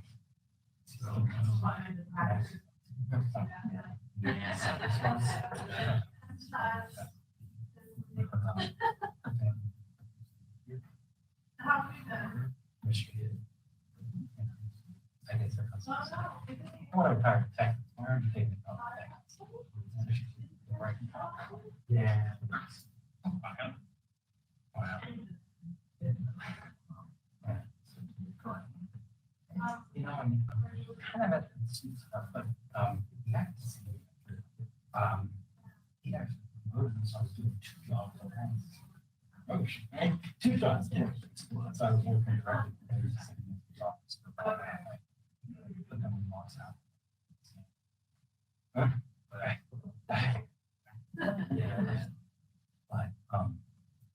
it's the trouble I have over there. Because one residence is bad, and so does the council stop. Back at me. And they don't do it. By more, but regardless if it's a good idea, how much they visited, how much they started the policy, they just stop. It's perilous. And it's going to be another one of those brutal elections where have campaign cities. Yeah. It's so fun. So again, some was 100 employees, like we did under the last one. Hey, there's good things, right? Still providing the service over there and the contractions for it. Yeah, it's plenty of other than that. Yeah. Yeah, a lot of different experiences. Yeah, see what that. Exactly. Yeah, I that's part of I'm not even kidding you. I don't know. We've been through council members. Everything. I was worse than where we're at. But so, yeah, not as bad.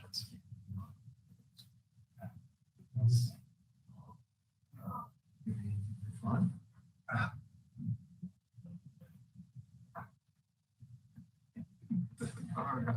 You know, a little bit of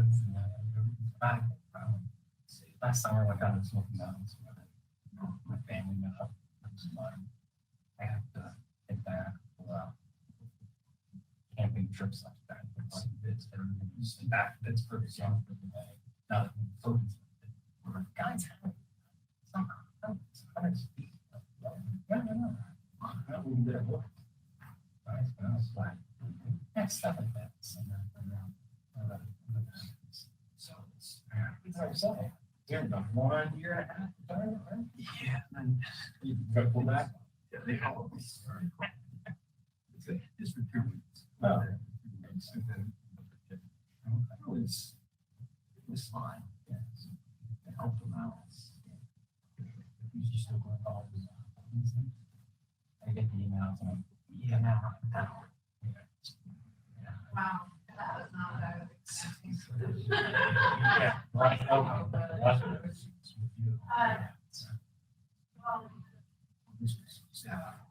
Oh, yeah. Yeah. Yes.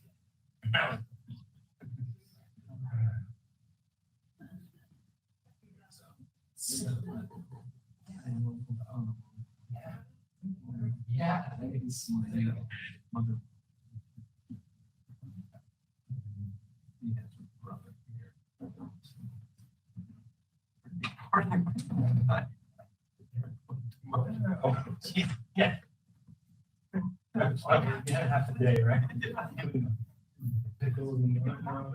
Whatever.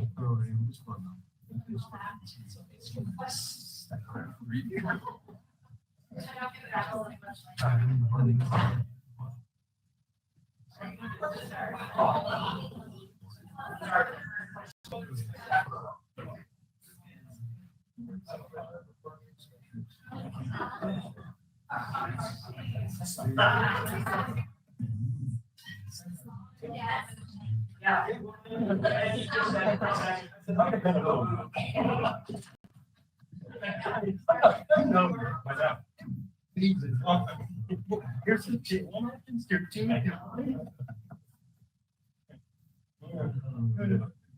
Oh, a couple weeks. Sorry, we'll work back in. Yeah.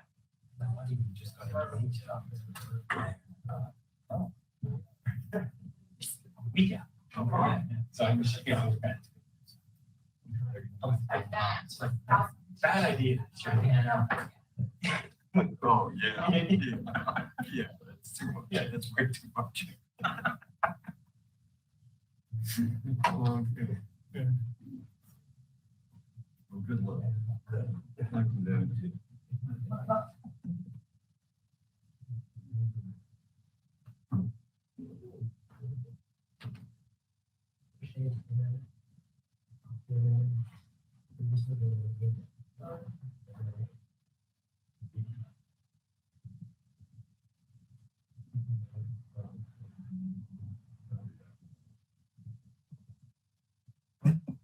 Good evening, everyone. Westminster City Council is back after our brief recess. The next applicant that we have for us tonight is Miguel. Please come forward and introduce yourself. And I'm going to read the protocols to you because I don't believe you were in the room earlier. Can you hear me okay? Yeah. All right. So members of the City Council will ask a series of 12 interview questions, time permitting. Each candidate may include an opening and/or a closing statement. Follow-up questions from City Council may be asked if time's permitting. Each candidate has 20 minutes for their interview, and we will give you a 5-minute warning. We will strictly adhere to the schedule, the time schedule, to be equitable. And candidates are asked to answer only the questions they are asked and not divert to other subjects. So this will be a big clock for you. I'm going to set it now. And just let me know when you'd like to go and if you'd like to start with a question or if you have an opening statement. I'll do an opening statement and a closing statement as well. Hold on one sec. I just messed this up.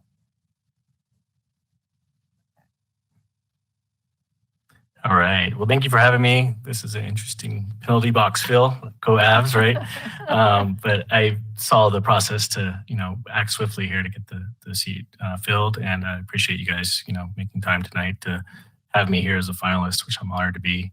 My name is Miguel Mendoza Hall. I'm a native of Colorado, and I've been in the city of Westminster as a resident since 2016. So very passionate about here, really happy I chose this as a place to live.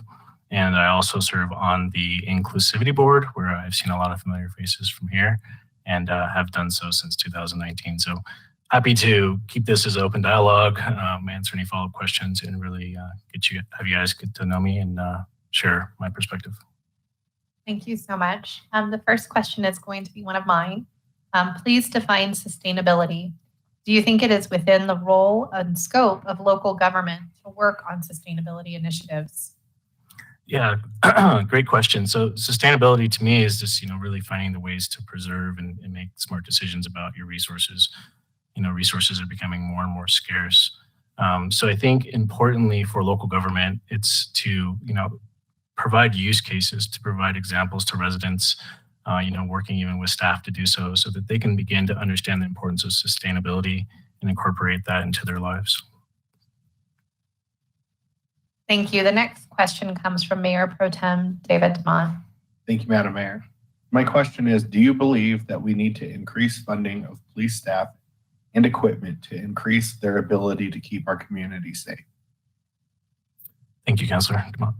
So I think really good question, and caught my attention when you sent these.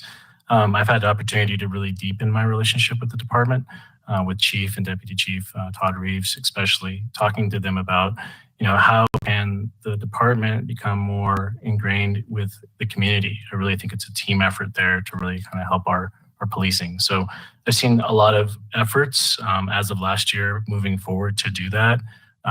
The outreach has been tremendous, I think, and I think where I left my feedback with Todd was, the police are in the community, but how can they become part of the community? I think that's critical, right? So to me, it's a teamwork effort. To answer the question directly, I'd like to see some more funding towards that community outreach, towards building that close relationship between the two. I think that would go a long way for our city. Thank you. Your next question comes from Councillor Rich Seymour. Evening. Okay. If Westminster faced long-term declining revenues, what would you cut or outsource to balance our budget? Great. Excellent question. So I think, this is a tough one. I think people want to have the perception that you can immediately bounce a budget back, but it's really something to get revenues go back to the green. You're really going to have a strategy. So I think using the strategic plan, using budgeting, I was impressed to see the budgeting cycle go to more of a yearly cycle, which means a lot to me. I think that kind of keeps us nimble and on our feet.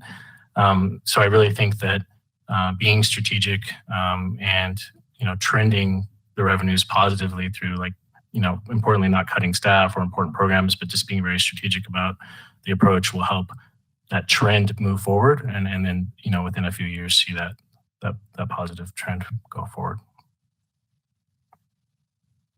Thank you. The next question comes from Councillor Catherine Scully. Thank you for being here tonight. If someone came to you with a proposal to build a new piece of public infrastructure in our city, a road, a bridge, etc., how would you evaluate whether or not that project was worth implementing?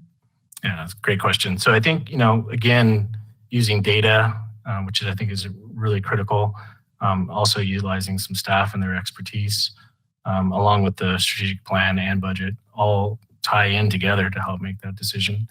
The body here comes together to bring, the great minds to help, inform what to do. So I think, making sure you understand the perspectives from everyone, perspectives from who they talk to help sort of make that decision are critical. I don't think it's something that you can just, say, yeah, we're going to do it. It has to be a culmination of all those different tools. The next question comes from Councillor Lindsay Smith. Thank you, Madam Mayor, and thank you for being here tonight. Thanks. My questions are multiple, so bear with me on how I read them. Does your interest in serving on City Council stem from a personal interest, goal, or desire? Is there something in particular you hope to accomplish while on City Council? And why is serving on City Council important to you? Okay, thanks. I think my desire for being on the council is just to be a leader in the city, and also lead with a great group. I think the convictions for me is that I can represent, potentially underserved communities from my networks. I live in the south side or south part of Westminster. So, I think I bring a set of diverse perspectives to the council. So, that would be a key part of my motivation. And I think, to help enrich in the diversity of decision-making for this council. Thank you. And the next question comes from Councillor John Volz. Thank you, Madam Mayor, and thank you for being here tonight. If the city received an unanticipated $15 million with no strings attached, where in our budget would you spend that money and why? Great question. Similar question to the one before.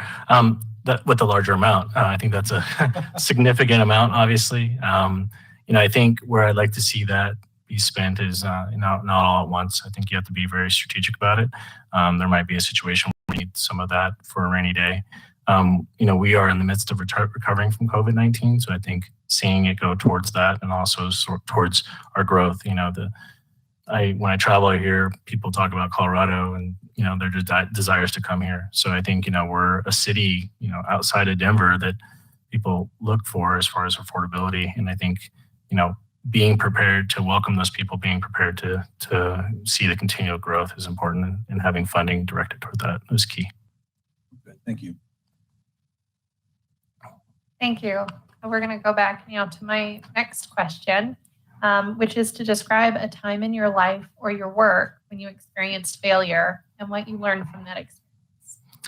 Always love the question because we all fail, right? And it's all about the learning experience. So for me, it was sophomore year of college, just in a living situation where I, really didn't thrive, and I just needed, to kind of have a change in that environment. Some mental health issues too. I think those are hard to address, especially at a young age.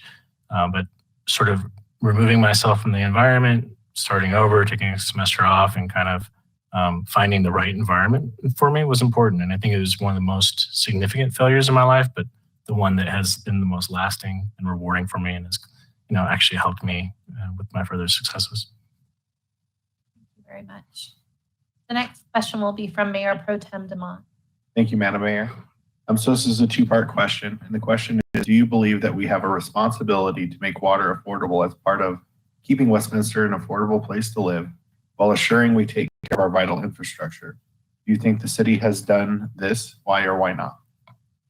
Yeah, so I understand the council was, faced with an important decision on behalf of the people with the water rates, and I know that was for some people very surprising. I think some people got some bills in the mail and were caught off guard. So I think really importantly is the communication, right, and continuing that communication and hearing those voices of concern, are important.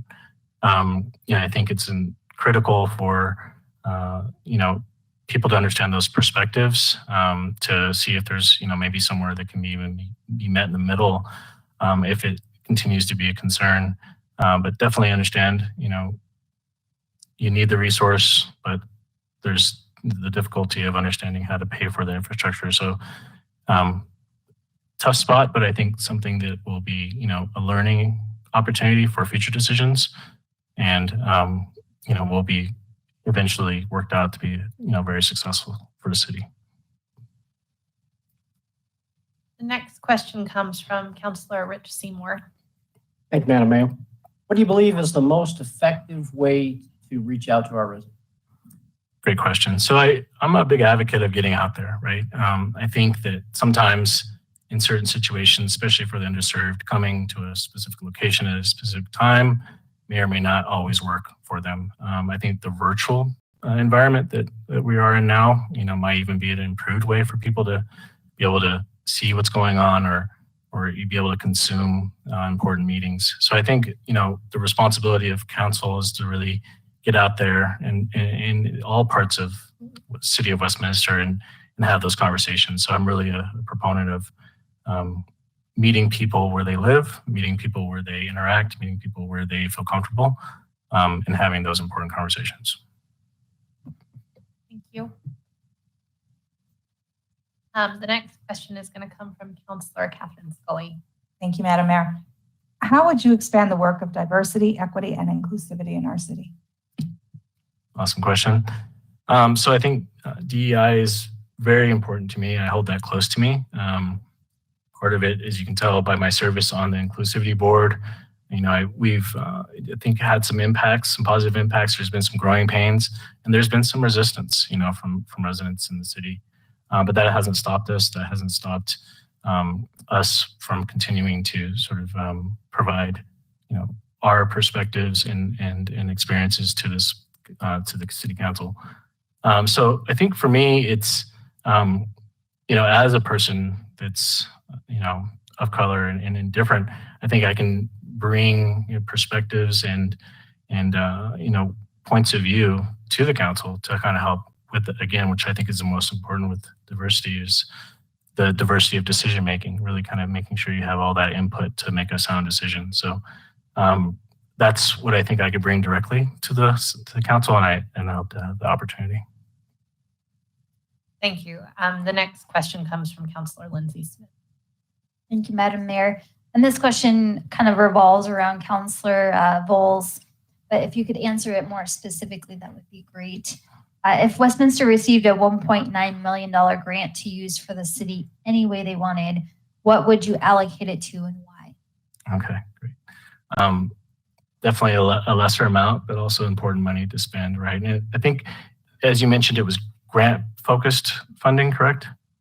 Okay, so, with a grant, it's critical to make sure that it's meeting the intent of that grant. So talking to the people that were, part of applying for that grant, really understanding the process for that and the intentionality behind it. So I think hopefully in this situation, it would be going to like a COVID relief situation, sort of like a Westy Rise type thing, to where, we can kind of get people back on their feet, recovered, get businesses back and flowing with their normal business. And the final question comes from Councillor John Volz. Thank you, Madam Mayor. Can you describe a time when you disagreed with a team member and how you handled that? Yeah, so I'll kind of talk about this in two parts. First, about disagreement. I think disagreement is really important. I think you can, in my experience and with disagreements, I've learned the most from those disagreements. I think, well-managed disagreements as far as a team that don't disrupt, normal business. If you need to, potentially take something as a parking lot item or, a side conversation are important. But to me, like if a team is really disagreeing, it's a team that's potentially going from a good team to a great team. It really shows you that there's that care, there's that passion there. So an example of that for me is really in work. I think there's times where on my team, there are some disagreements. And for me, it's just a great opportunity to hear them out, hear people's perspectives, and to approach things differently. I think we can easily get caught doing the same thing, sort of approaching things the same way, and then without really genuinely hearing feedback from people, there's no opportunity to necessarily grow or learn from those experiences. Thank you. Thank you. That's the end of our prepared questions. Do you have a closing statement you would like to? I do. I think I was distinct with my answers, so I think there's some extra time. I'd love to open it up to see if there's, any follow-up questions. Okay. We have about a little over 5 minutes left. Are there any follow-up questions from members of council? Mayor Pro Tem Dumont. Thank you, Madam Mayor. And I know a lot of the work you're doing since I'm the current liaison to the Inclusivity Board. So I'm just curious from your perspective, what things have you learned that our police department's doing that you think that they're doing really well that they could expand upon? Yeah, so I think, we've kind of shifted our model in the Inclusivity Board to having a bit more of an ambassador role. And I had the opportunity to kind of take a step forward of leadership to become more of that ambassador with our department. And what my understanding is that, they're really looking to talk to the different people in the community. Also, as far as selecting their latest commander, police commander, they did involve a small group of citizens to weigh in with questions, similar like prepared questions like we have today, to the people that were qualified for that position and interviewing for it. I sat on that committee, and it was a great experience. I had the ability to then talk to the chief and then, give him some feedback on what we thought about the candidates, and that information plus information from their, background and their performance and all that, I think led to deciding our next commander. And what the feedback we got from chief was that he really thought that feedback from the community really helped sway his decision making, and kind of because he had known these people for years of service, 20 plus years of service, but hearing what the people in the city wanted, just a small representative set, really helped influence his decision making. Great. Well, thank you for your work in that and in your answer. Absolutely. Are there any other members of council who have follow-up questions? I have one quick one if I can, but I don't want to leave time for you to have your closing statement. But do you have thoughts or ideas on how we can improve our relationship or the work of our boards and commissions, meaning the city council in general or the city in general, the city council specifically? Yeah, great question. I thought about this, right? Having actually have served and actually observing some of the other boards and commissions. And I understand that they're important tools for the council here, right? Like you can get ideas, you actually sit on those boards as well and watch them interact. I really think that finding a way to kind of keep those boards fresh with new residents and kind of maybe even doing some circulation amongst those boards would be kind of important, right? Because I think people I understand that they're passionate about certain things, but I think it would be neat to kind of see their influence as, being willing to serve across other different boards. I've even considered maybe another board myself. So I think that would add people's sort of perspectives, kind of shake up the system a little bit and maybe even add some strength to those boards. Thank you for sharing that. Mm-hmm. Without knowing how long your prepared closing is, do you feel time for an additional question? Or I do. My closing will be pretty short. So okay. Absolutely. If it is all right with council, I'd like to clarify on my first question in regards to sustainability. You did a great job defining what it was and the role of local government to kind of educate the community around it. But the actual investment in work and sustainability, kind of the way we've discussed it as a three pillars or a three-legged stool, do you see that as within the role and scope of local government, work that we should be doing? Yeah, I really do. And I think that, looking at even the strategic plan, there's some ideas in there, right? And I think there's even a direction forward to think more and more about that. It's a creative way to really, save money, get people to, sort of integrate that into their lives and think differently. And I think a lot of it is just change. People are sometimes a little bit resistant to change, but if you have a really good communication, you're kind of focusing on the OCM part of things, organizational change management, even within residents, so to speak, it can get people around the ideas and get them motivated to begin to incorporate that into their lives. I think that's a critical thing. Thank you so much. Anyone else? All right, turn it over to you. Okay, so thank you. Happy to be efficient with the time here. And, again, thank you for your time tonight. I know it extended sort of off the calendar session, but I understand you guys are working quickly. What I have to offer again is, not only my perspective as a resident here, but also, I think a diverse perspective that will enrich decisions made by this council. And I'm, pleased to be a finalist and to, hopefully have opportunity to serve. Thank you.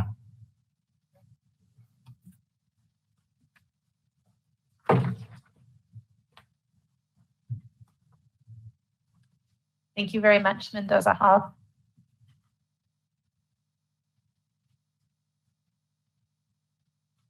All right, our next applicant is Michael Ilka. You want to come forward if you're ready? I know we're a few minutes early. I'm going to go through the protocols with you very quickly.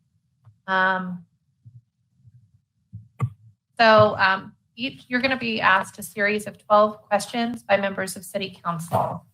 You may include an opening or a closing statement at your discretion and time permitting. There will be follow-up questions from City Council. They may be asked time permitting. Each candidate has 20 minutes for their interview, and we will give a 5-minute warning. We will strictly adhere to that timeline to be equitable to all candidates. Candidates are asked to answer only the questions asked and not divert to other subjects. So I'm going to start the shot clock here. This will let you know how much time you have left.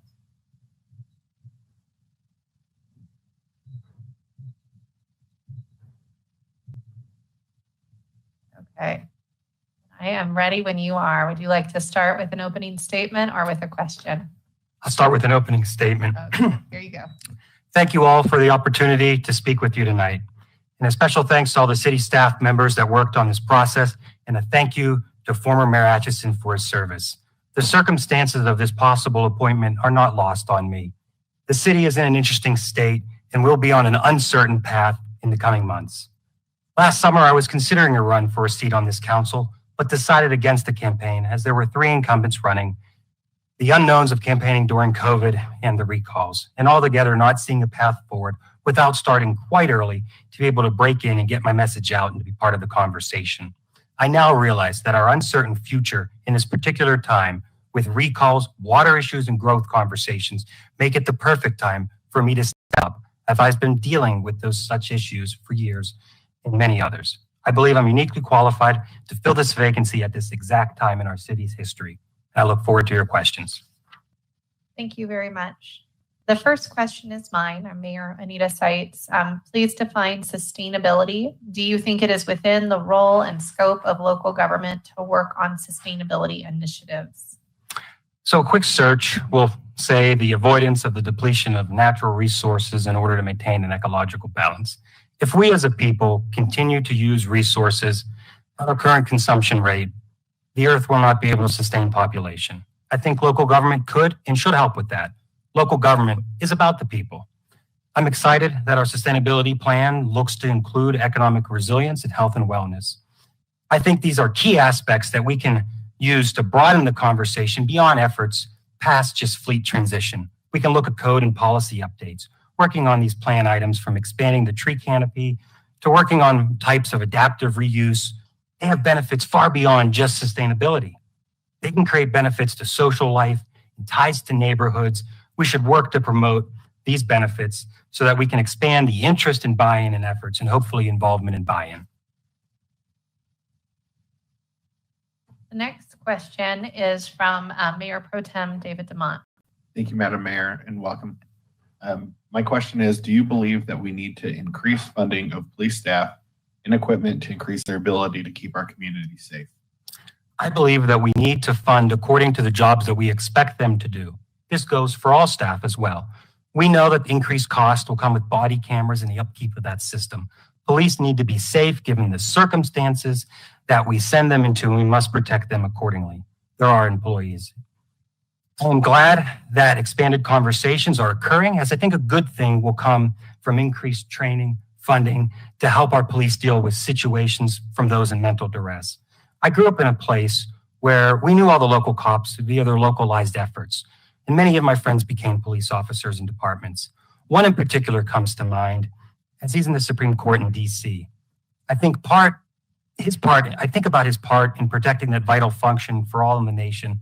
And I think more on the local level, where our police members directly contribute to us being able to live as we do. Not all grew up this way or thinks this way. Let's continue conversations and always protect those that serve, but also look into supplemental practices such, let's go out on a limb and look at urban design, as studies have shown that more activity in neighborhoods, just having front porches, are other efforts to reduce crime. Let's keep on expanding on those ways to provide safety to all, building on that shared value service that a few provide in our community for the good of all our community. The next question is from Councilor Rich Seymour. Thank you, Madam Mayor. Welcome tonight. If Westminster faced long-term declining revenues, what would you cut or outsource to balance our budget? A lot of city functions can be outsourced. Years ago, I would have told you to try this. I now believe that when you outsource a function, you lose that high level of service and other benefits that come from having an in-house team. Sure, you can outsource an inspection and that task will be fulfilled, but that in-house person is likely going to report that code violation they see on the way to that inspection, and they'll have that institutional knowledge as well, that outsourced person filling that task will not. So we're looking at cutting items, right? We start by setting aside essential core services not to touch. We then look at cutting perhaps hours for programs and service offerings and freezing positions in programs not considered essential. We have to be careful not to cut anything that will have long-lasting impacts for our children or disadvantaged communities.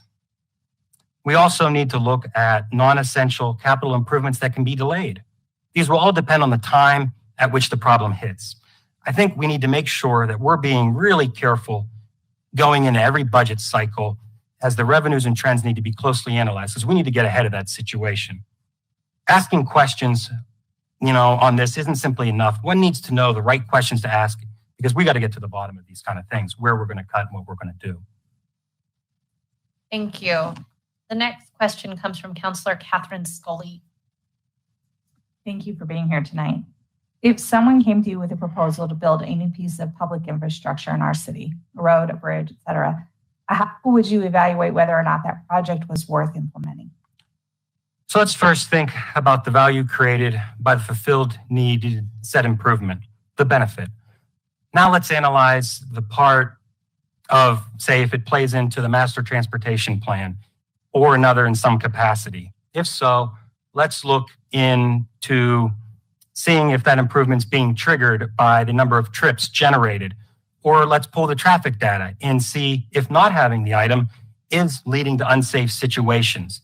If not, let's get to the root of the request and see if it's eligible for further consideration and or look at alternatives that might be cheaper, and or if this is a moment for educational opportunity if we're not going to be able to do it, if it's not triggered by that transportation plan.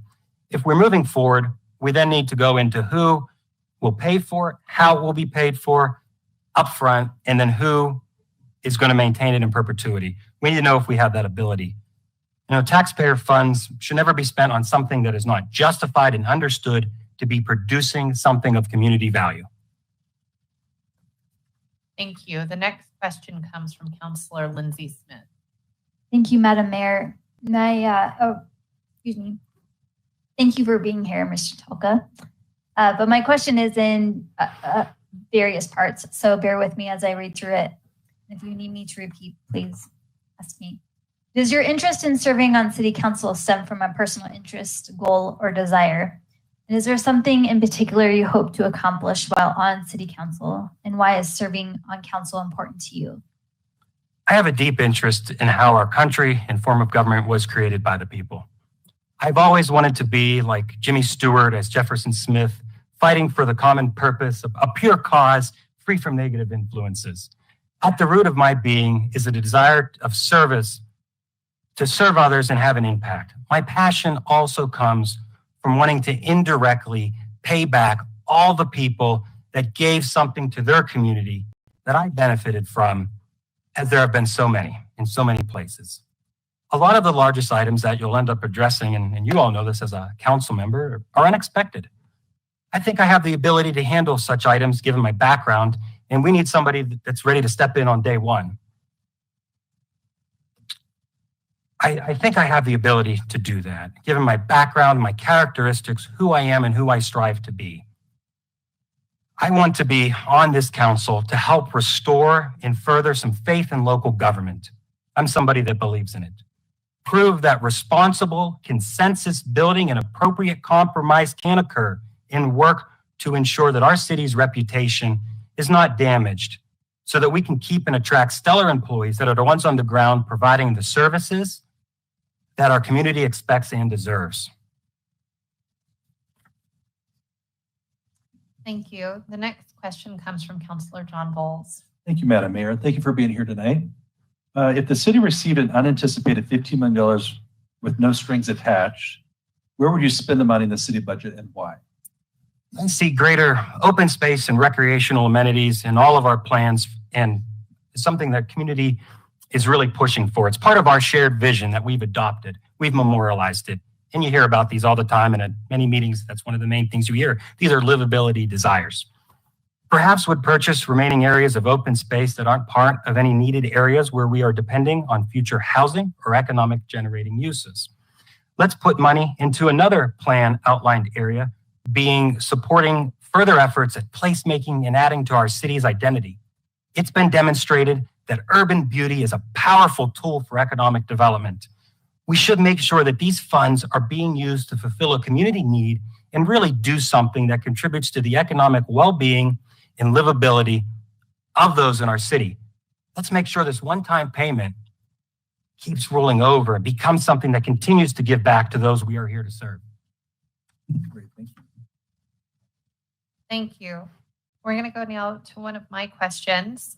Please describe a time in your life or work when you experienced failure and what you learned from that experience. 10 years ago, I ran for council in my hometown. I lost by 26 votes. I failed to reach my goal of higher service in that community that I lived in for 25 years. I realized that it's a shame that local elections there are partisan. As the incumbents were of one party, I ran under the banner of another. This caused people I knew for a long time to brush me off, and others that I spoke to little, we were now close friends. Partisan politics don't have a place on the municipal governing level. I took the easier route as ballot access was so easy for party candidates there. And I now think I would have gone the harder route and run as an independent. I'm glad that elections on this level here are nonpartisan.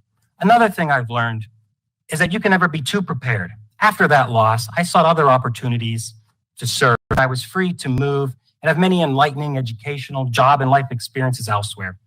I looked at myself after that failure and said, let's keep improving, building, and preparing for greater service. I've continued to do that even since we last spoke in this same capacity twice before.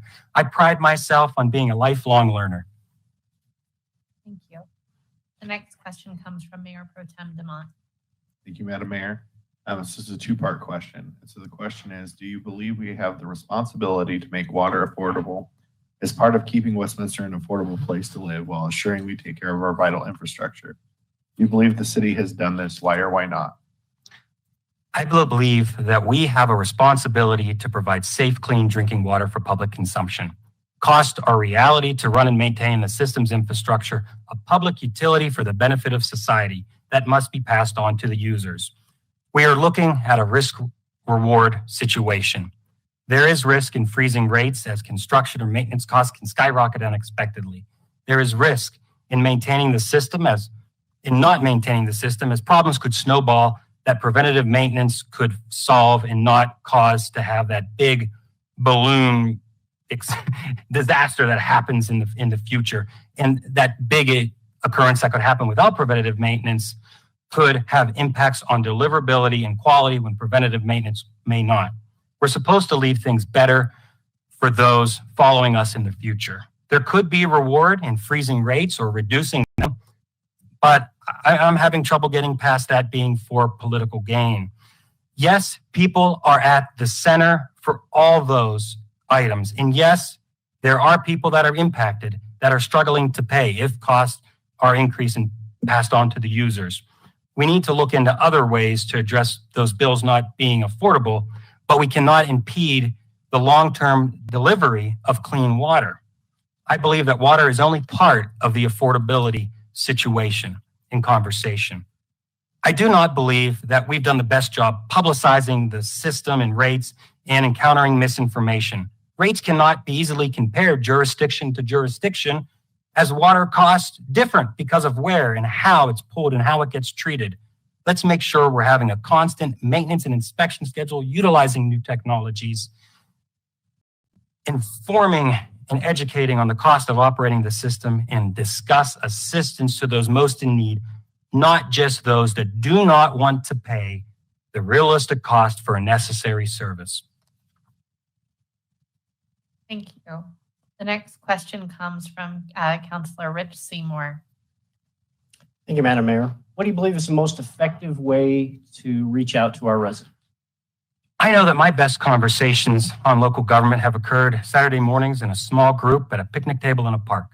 This is an environment where people are relaxed, conversations aren't prone to get too heated, and it's a welcoming environment. I won't say safe space, but you all know what I mean. It's where one feels most able and open to interact and share their valued opinions.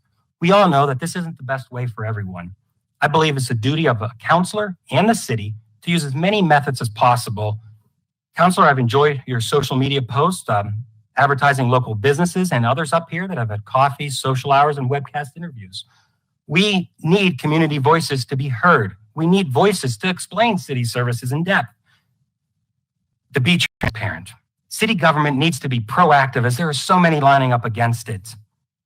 Councillors must reach out to hear and listen from those not just in their echo chambers for input. Thoughts and groups, not just geographical, need to be sought out. I know that I'm capable of stepping out of my own comfort area.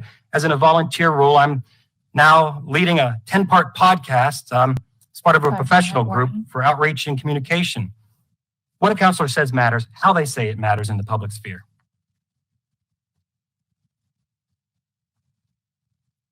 Okay, and the final question is from Councillor John Bull. I'm sorry, Councillor Catherine Scully. I had a page stuck together. Thank you, Madam Sorry. Mayor. How would you expand the work of diversity, equity, and inclusivity in our city? You know, I will work to ensure that the city is simply not, a new term I've learned, woke washing. As we've made a noble commitment, we need to lead by example as an organization. A big part of these three items come down to class and economics. We need to be truly open to diversity in our housing stock and infrastructure while looking to promote walkability in our built environment. Equity, we can look at zoning codes. These items, if not addressed, will continue to create a community that is increasingly less affordable. We can't say that we need to be affordable without making changes. I want to make sure that we're moving past virtual signalizing or tokenism and are really doing the work to make sure these areas are addressed. That really comes from our outreach efforts. When we develop a new plan or policy, we need to have everybody at the table, and we need to make sure we're facilitating to reach out to those groups to make sure we have inclusion as a bedrock cultural value of our city, because that formation of those plans and policies is where wide-reaching impacts occur to these areas. The next question comes from Councillor Lindsay Smith. Thank you, Madam Mayor. My question kind of revolves around Councillor Bowles' question, but if you could be more specific into it, that'd be great. If Westminster received a $1.9 million grant to use for the city any way they wanted, what would you allocate it to and why? I'd dig deeper into water bill rebates for seniors on fixed incomes and households with low earnings, possibly businesses as well. And I know I hate to say it this way, but I know our landlords are hurting as well. I'd look to spend a portion of it going past that on studies to determine where and if we can expand things such as our non-potable system to free up more treated water, and look at possible code amendments to allow for xeriscaping and the incentivization of low water techniques and educational programs. We can make this grant well worth more than the money given and create true benefits for those we serve. Thank you. And now the final question comes from Councillor John. Thank you, Madam Mayor. I want to leave Mr. Tilka time for his closing remarks. We're down to 2 minutes. So if there's time, I can ask, but if not, go ahead. That's okay with everyone. I can make both. Okay. So have you had conflict with team members in the past, and how did you handle it? You know, as a project leader, and I'm a facilitator that works to compile and present recommendations from a team. You know, there have been times where I've not agreed with a member, but nothing too memorable. And why that is in the nature of the teams that I'm part of and how I seek to build those teams. I work to operate and promote teams in an environment where one's free to speak their minds, where holding each other accountable is expected. It's a group where we know what our goals are accomplished. And in that group, I'm one of those people that seeks to shape those dynamics in the environment so it's not unpleasant. And when things get heated, I'm that one that looks to disarm and reset the tone. That's just an ongoing reality for me and how I work in teams. We need to communicate, be straightforward.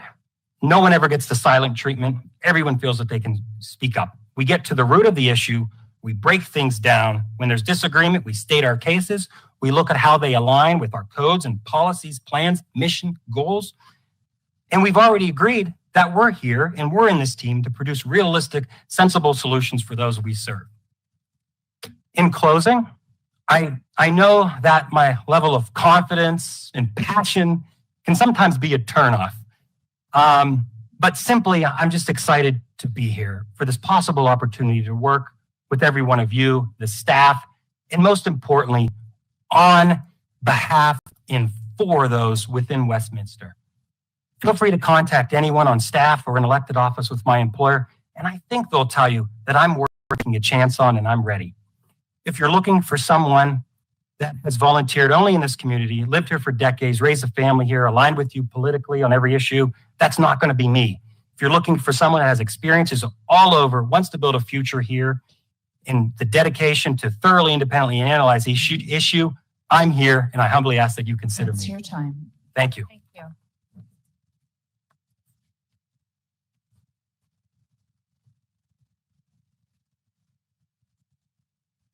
Our next applicant is Mark Clark. Please come forward.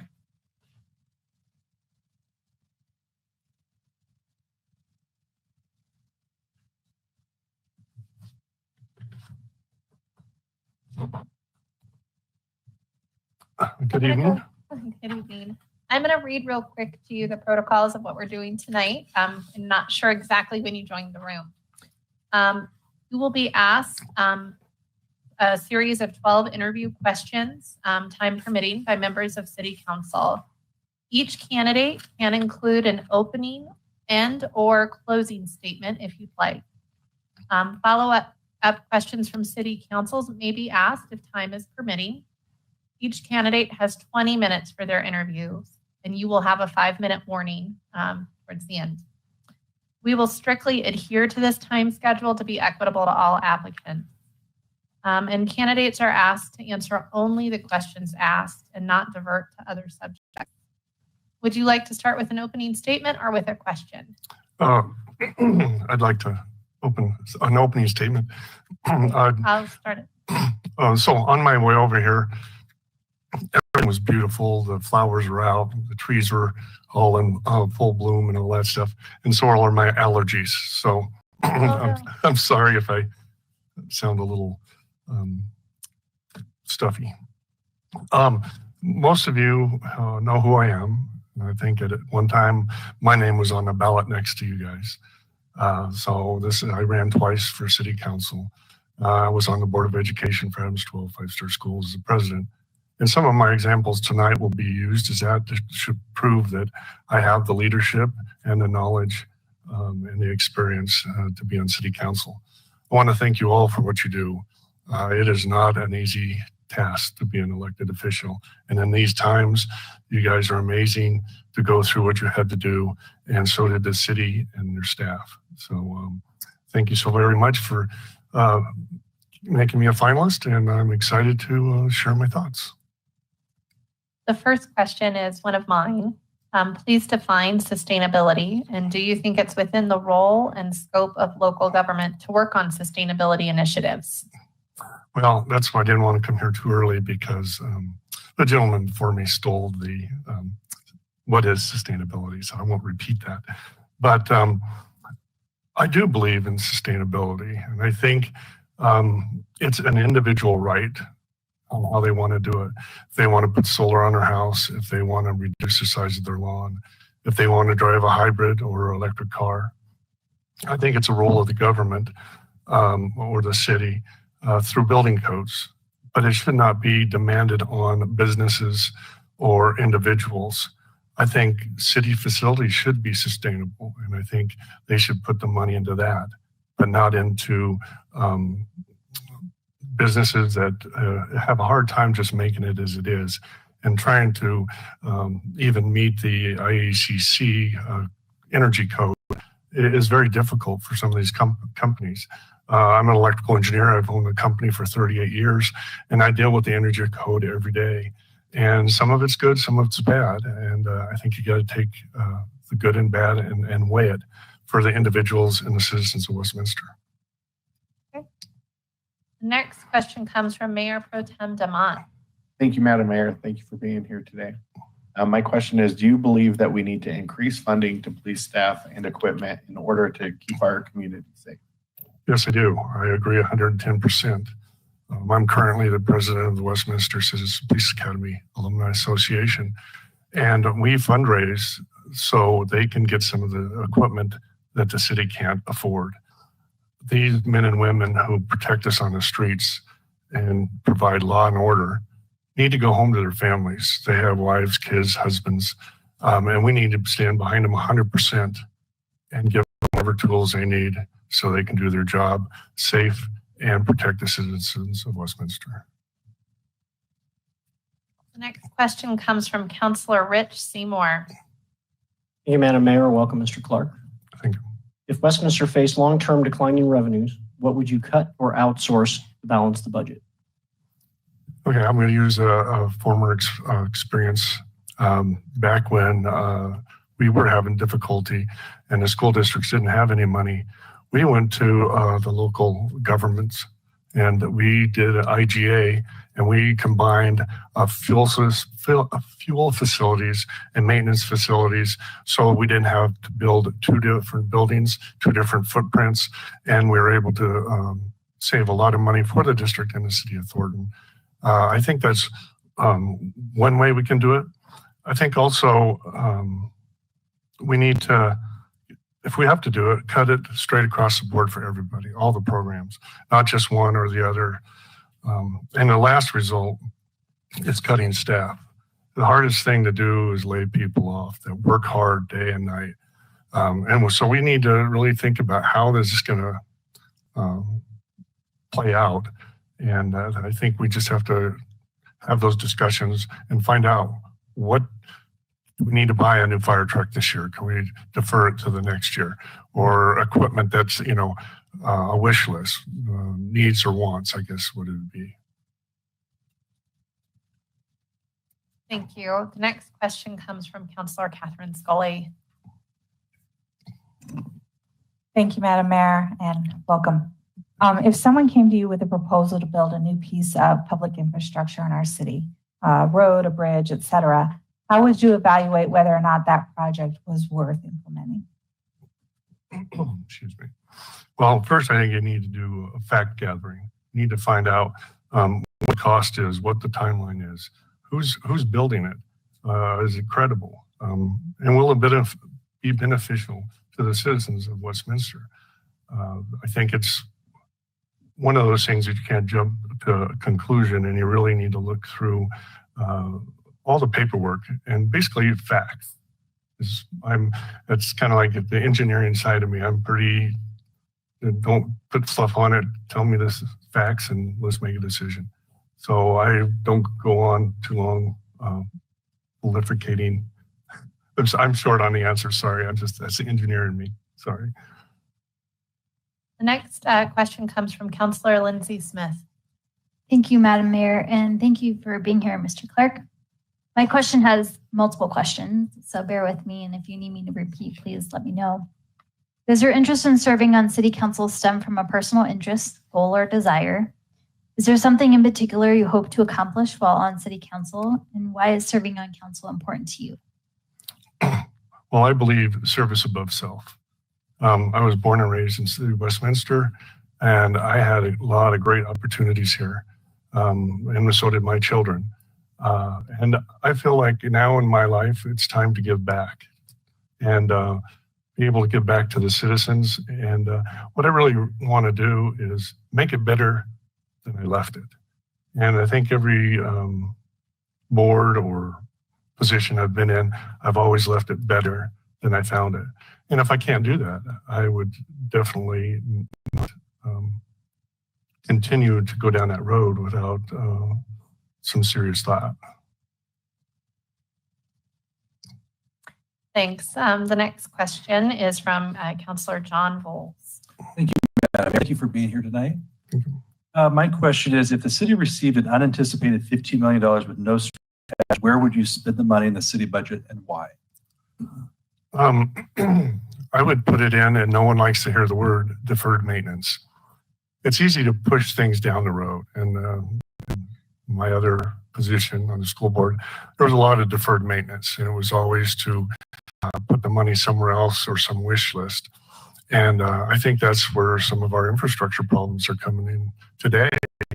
I ran 2 years ago. I ran on the basis that they were in an aging city, and things have been not neglected, but not really looked at for water, sewer, that type of thing. And deferred maintenance, no one ever sees it. Buildings are starting to fall apart. They need to be revived. And but that doesn't, you don't see that. It's like you go into an electrical room, no one ever cares about that. But when the power goes out, they care. So I think that's where we would really look at deferred maintenance. Thank you. And the next question will be mine again. Can you describe a time in your life or your work when you experienced failure and what you learned from that experience? Well, being an owner of the engineering business, I've had two former partners, and that's where my failure came. I'm very trusting of people, and I want to build them up. But over time, some people have different ideas where they want to go, and they kind of took advantage of the situation, and I had to let those partners go. So that, I think, is a failure because I'm too kind sometimes, and I should be a little bit more on top of those things. You concern my employees before I was my partners. So that's where I failed. Thank you. The next question is, do you believe, or I'm sorry, it's going to be from Mayor Pro Tem Dumont. Thank you, Madam Mayor. It's a two-part question. And so the question is, do you believe we have a responsibility to make water affordable as part of keeping Westminster an affordable place to live while we take care of our vital infrastructure? Do you think the city has done this? Why or why not? I do believe that we could make water affordable, and I think we should. There's a lot of ways around it, but I don't think the government or the city should demand citizens to do whatever they want with their, cut back on about the infrastructure, the deferred maintenance on that. It should have been, I think, planned a little bit better. The thing happened, and I know that had the sewer system problem a couple of years ago. They were able to rectify it. I know they're looking at a new water treatment plant, and those do have costs, but we cannot have citizens wondering, do I water my lawn, or do I get food or medicine? We need to be smarter and work harder on it, and push the staff to find solutions. Think outside the box. The next question comes from Councilor Rich Seymour. Hey, Madam Mayor. What do you believe is the most effective way to reach out to residents? Well, I know I love the city newsletter, and that can reach every household. Also social media, but not everybody has that opportunity. And really, I think it's just really old-fashioned through the mail. Get it to their front doorstep, and they can read it. Because a lot of people don't want to get involved, but when it's there, they get to at least have their time to look at it at their leisure. The next question comes from Councilor Scully. Thank you, Madam Mayor. How would you expand the work of diversity, equity, and inclusivity in our city?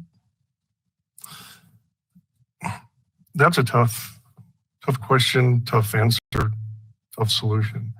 I think the city gives everybody the opportunity to make it. And I don't think you can really have the city dial in a certain group or a certain area. I think you have to let the people educate themselves, and I think the city's responsibility is to do that, but to let the people make that decision on how they want and where they want to live and who they want to be friends with. Okay, and the next question comes from Councilor Lindsay Smith. Thank you, Madam Mayor. This question kind of revolves around Councilor Volz and his $15 million question, but mine is looking for a little bit more specifics. If Westminster received a $1.9 million grant to use for the city any way they wanted, what would you allocate it to and why? I would allocate it to the library system. I'm a big proponent on early childhood learning.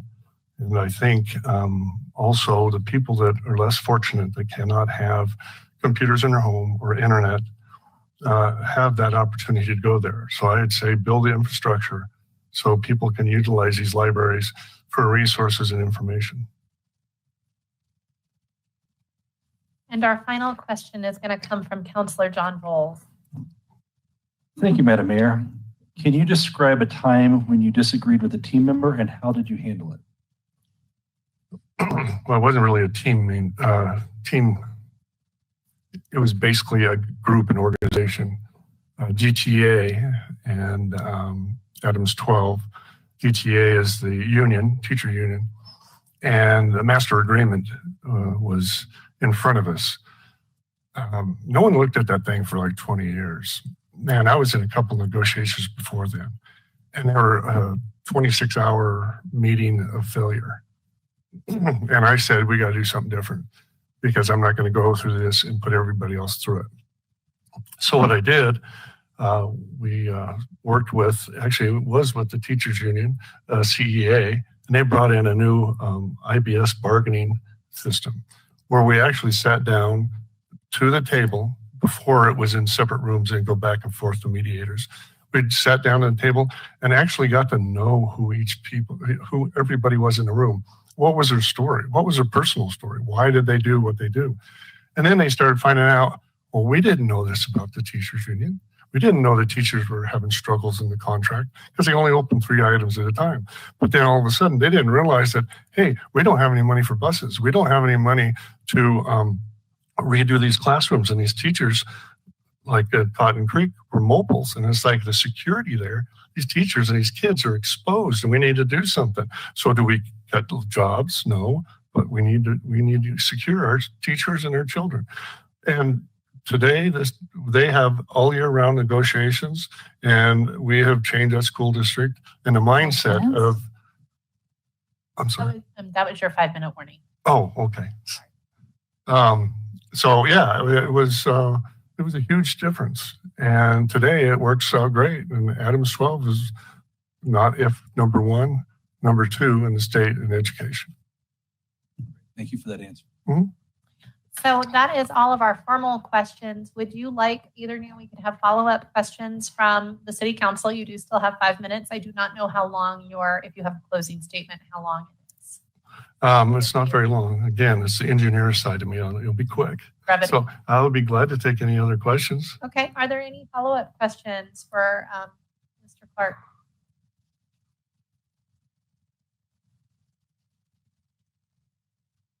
Okay. Yeah, I'll ask a question I asked earlier, and it's a brief question, or probably a brief answer also.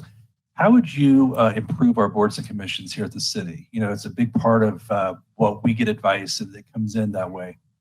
For the city council and the city in general, how would you recommend we make that system better? Give them ownership. I was on a code task force for building codes, and it was tough. You know, you're talking to staff.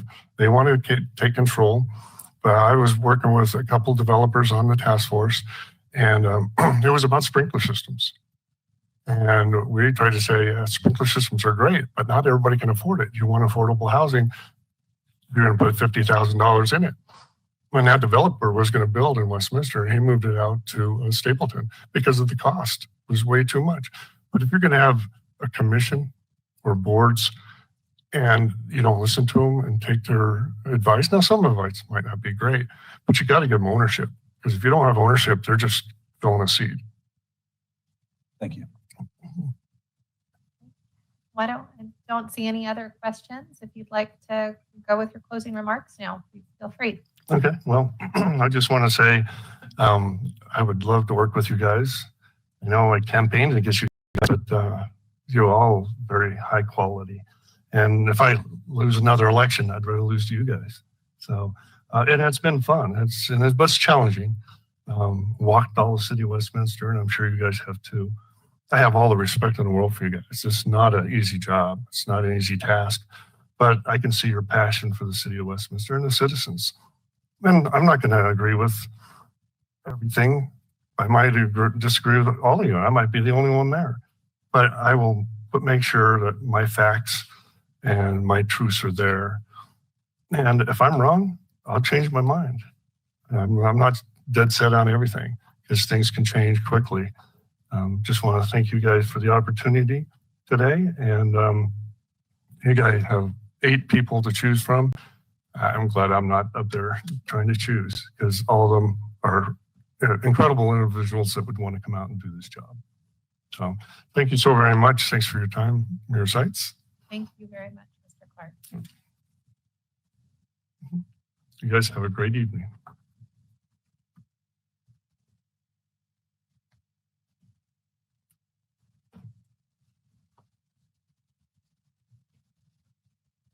So we are slightly ahead of schedule, and I do not believe the next applicant has arrived yet. Yes, he has. Oh, he has. Okay, my apologies. Is the applicant interested in starting early? Mr. Valente, would you like to, I know we're a little ahead of schedule, but as you're here, would you like to start early? No, we're ready for you when you're ready.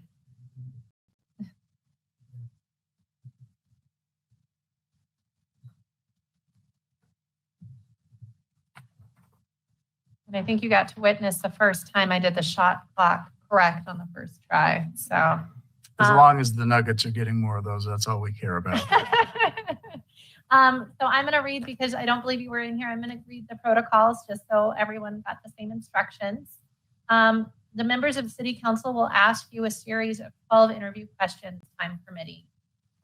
Each candidate may include an opening and or a closing statement.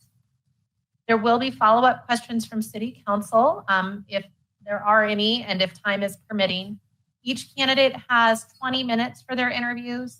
We will give a 5-minute warning to you. We will strictly adhere to the time schedule to be equitable to all applicants. Candidates are asked to answer only the questions asked and not divert to other subjects. With that, I will ask you, would you like to start with an opening statement or with a question? Thank you, members of council. Good evening. I am Larry Dean Valenti, and I will defer any comments to the end, and I'd love to get into your questions. Great. Please define sustainability. Do you think it is within the role and scope of local government to work on sustainability initiatives? Sustainability has many different meanings to many different people. I think that in terms of looking at a city government, when you focus on sustainability, you need to be talking about the lifeblood of keeping your city going long term. Ours is a city, quite frankly, right now, we're nearing the end of our open land that can be built upon. So how do we build? How do we sustain? How do we keep going? We need to make sure that that includes our infrastructure, our personnel, the life of the city. People want to still be living here, quite frankly, even though there's not a lot new happening, and that's okay. But there's also other things you can talk about with sustainability, such as environmental issues, planetary issues, you name it. I was thinking on this question, and 15 years ago today, I was actually in Prague on a fantastic European vacation, and I witnessed something that tells me we have a long way to go to get to some of those ideas of sustainability. My friend and I were walking through the town square in an area, and we saw somebody come down from his house with a bag of garbage to a common trash can, then open his garbage and sort it out by the types. We're very far from that in our entire country. I think there's a lot of mindset. I think that cities should encourage such issues, but I don't think they should be the entire drivers. I think they're bottom-up issues. Thank you. The next question will be from Mayor Pro Tem Dumont. Thank you, Madam Mayor, and welcome. My question is, do you believe that we need to increase funding, police staff, and equipment in order to increase their ability to keep our community safe? Yes, but I would also not sacrifice any other departments such as fire, water, public utilities. We need to make sure that all departments are properly staffed, but I do believe that we need to make sure that our police are properly. Okay, the next question comes from Councillor Rich Seymour. Thank you, Madam Mayor, and welcome. Good evening. If Westminster faced a long-term declining revenues, what would you outsource or cut to balance the budget? That's a very good question. And I'm not a big fan of outsourcing unless absolutely necessary. I think city governments are there to provide services for the people. That being said, I think before anything was done, there should be a gathering of the team members of the city council and the management team to start looking at what needs to happen to ensure that sustainability and make sure you get through that rough time and see what cuts are naturally made and what ones are not. It should be a very deep, in-depth, thoughtful process. I recall in 2008 that the city of Westminster saw the declining revenues of the mall and the crash of the economy, and 72 positions were ultimately cut. But the city didn't actually just say, okay, 72 of you, you're fired. Not at all. They sat down, they worked through attrition, they looked at budgets, saw who was retiring, tried to get people to soft landings. And quite frankly, we as citizens never missed a beat. That's how you do it. The next question will come from Councillor Catherine Scully. Thank you, Madam Mayor, and thanks for being here tonight. Thank you. If someone came to you with a proposal to build a new piece of public infrastructure in our city, a road, a bridge, et cetera, how would you evaluate whether or not that project was worth implementing? Well, typically infrastructure is not built by private developers. Rather, infrastructure is built by cities, counties, states, the federal government. I assume you're talking about things such as roads, bridges, water and sewer systems. That being said, if a developer comes forth with a project, say to develop a new subdivision within the city, then I would want to ensure that the development takes care of the needs of that development, ties fluidly into the city infrastructure, and ensures that whatever is already there is taken care of and that it does not burden the system, harm others who are already part of the system. Mm-hmm. The next question will come from Councillor Lindsay Smith. Thank you, Madam Mayor, and thank you for being here tonight, Mr. Valente. Thank you. My questions are multiple, so please stop me if you need a repeat of them. Does your interest in serving on City Council stem from a personal interest, goal, or desire? Is there something in particular you hope to accomplish while on City Council? And why is serving on the council important to you? Thank you. I think that's probably the most important question that could be asked in this process. It is not necessarily a personal item. I don't have any personal agendas. I'm driven by stewardship. And in living a life of stewardship, you give of your time, your talent, and your treasure. I believe in public service. I believe in giving back to the community that I live in, that has given to me, that has helped me thrive and grow. But what would if we could come to your second part of your question? Is there something in particular you hope to accomplish while on council? I think one of the things I would hope to accomplish is get the citizens reconnected to the city and to the government. I think that in the last couple of years, we've suffered. We've been through lots of public squabbles, battles. We've seen a situation where hundreds of people came forth and asked for the resignation of the city manager. We've seen multiple recall efforts. That's not how I want my city to run. I think if there's problems, we need to be working to address them more, and I think we need to be active listeners. The next question will come from Councillor John Volz. Thank you, Madam Mayor, and thank you for being here tonight. If the city received an unanticipated $15 million with no strings attached, where would you spend the money in the city budget and why? It's a very good question. Where would I spend it? I believe that one-time money needs to be spent on one-time projects. I think before I would spend any one-time money, I would already have been working with the rest of my council, management team, staff, to ensure that we have a list of those projects, priorities, et cetera, that we're struggling to fund, but when the money becomes available, we'll have it to fund. The plan should drive the resources. You should not say, oh, look, we got $15 million. Let's see what we can do.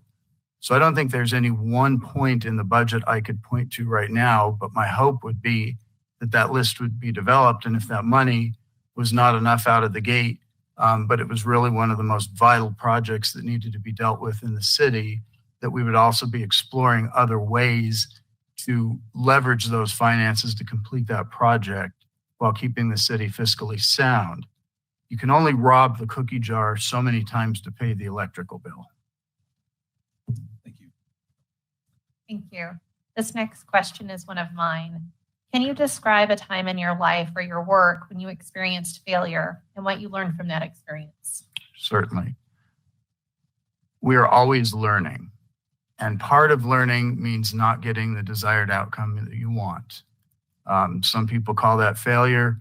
I see that as an opportunity to grow and to learn and to correct. I believe Einstein said it best when he said, the definition of insanity is doing the same thing over and over and expecting a different result every time.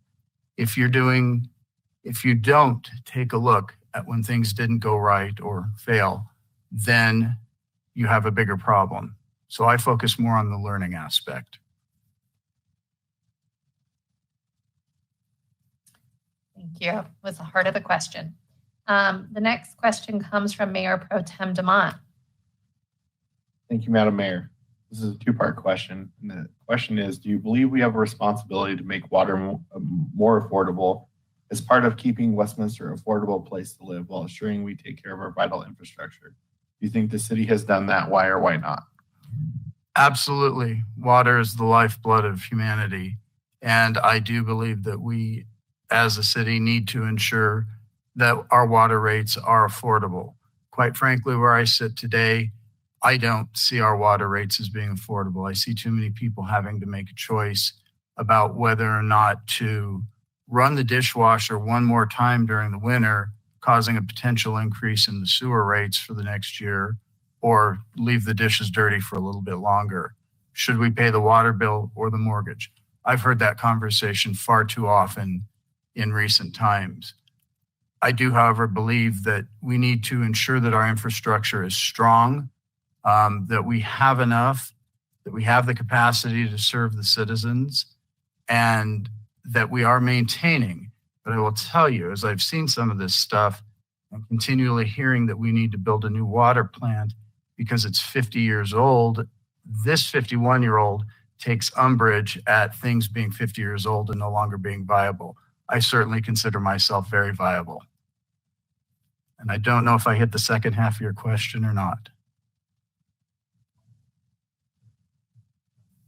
Okay. The next question is going to come from Councillor Rich Seymour. What do you believe is the most effective way to reach out to our residents? Any way than what we've been doing in recent times in this city. I found out that I was a finalist, quite frankly, for this from somebody else, not from a contact from the city. I found out after the fact from the city. I think we're struggling communications in the city. I think we have a lot of good tools. I just don't think that we're always using them. I think that nobody's ever going to fault anybody for over communicating, whether that means a flyer, a mailer, walking blocks, robocalls, internet. Saturate, saturate, saturate. Tell the people what's going on. It's their city. But I do think that the city has a lot of work to do in this area. This next question will come from Councillor Catherine Scully. Thank you, Madam Mayor. How would you expand the work of diversity, equity, and inclusivity in our city? Well, I look at those three terms, and let's start with diversity and inclusivity.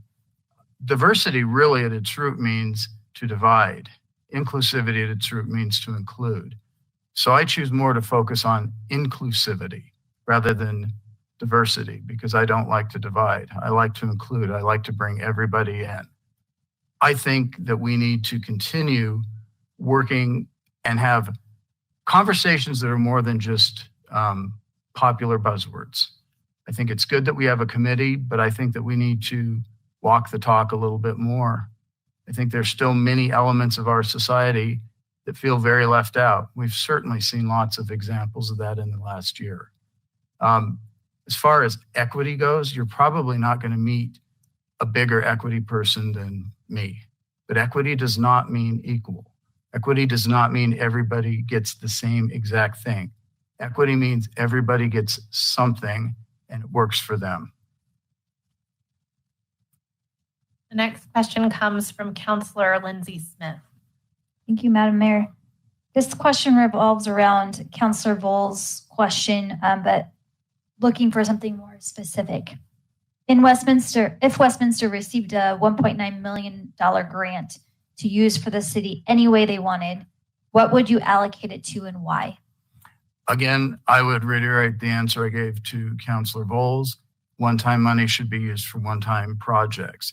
If a grant has a certain life, I certainly would not go out and start hiring personnel and doing things that encumber budgets beyond the life expectancy of the grant. I would keep the expenditures very well tailored to the money I have and not spend what I don't have down the road or just say, oh, that can be somebody else's problem. I won't be here. I've been in an organization that did that and the outcomes are never good. But I would have a list ready to go. I would be working on it well in advance. Again, the plan needs to drive the resources. And then our final formal question is from Councillor John Volz. Can you describe a time when you disagreed with a team member and how you handled it? Well, at my place of business, I'm the boss. So typically they're disagreeing with me. That being said, I think the biggest thing that I would do is I've had disagreements with other people I work with. But at the end of the day, I'm still their friend. It doesn't mean that if we disagree on an issue, we hate each other. There's too much of that in our society today. What I would say is that anytime I've had one of those disagreements, I've tried to step back, talk to that person away from the public eye, take care, see if we can find our common ground. And maybe if it's one of my employees, the idea is better than what I had. I'm always open to suggestions. I'm always open to that learning component. I think it would be a failure if I didn't do something like that, but I would certainly not be public about it. And we may not find ourselves in agreement, but at the end of the day, I want to still be able to work with that person. Thank you. So those are all the formal questions. At this time, you have about 5 minutes left. I timed that well. You did. We could go and see if there are follow-up questions from the members of council, or we could go to your closing statement, whichever you would prefer. I'm happy to entertain any follow-up questions from any member of council. You have a follow-up question from Mayor Pro Tem Dumont. Thank you. Thank you, Madam Mayor. So as you know that you've been elected before, you often more get the hot topics that end up in the press.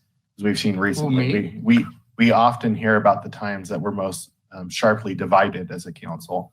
However, I know that you pay great attention to what happens in your city government.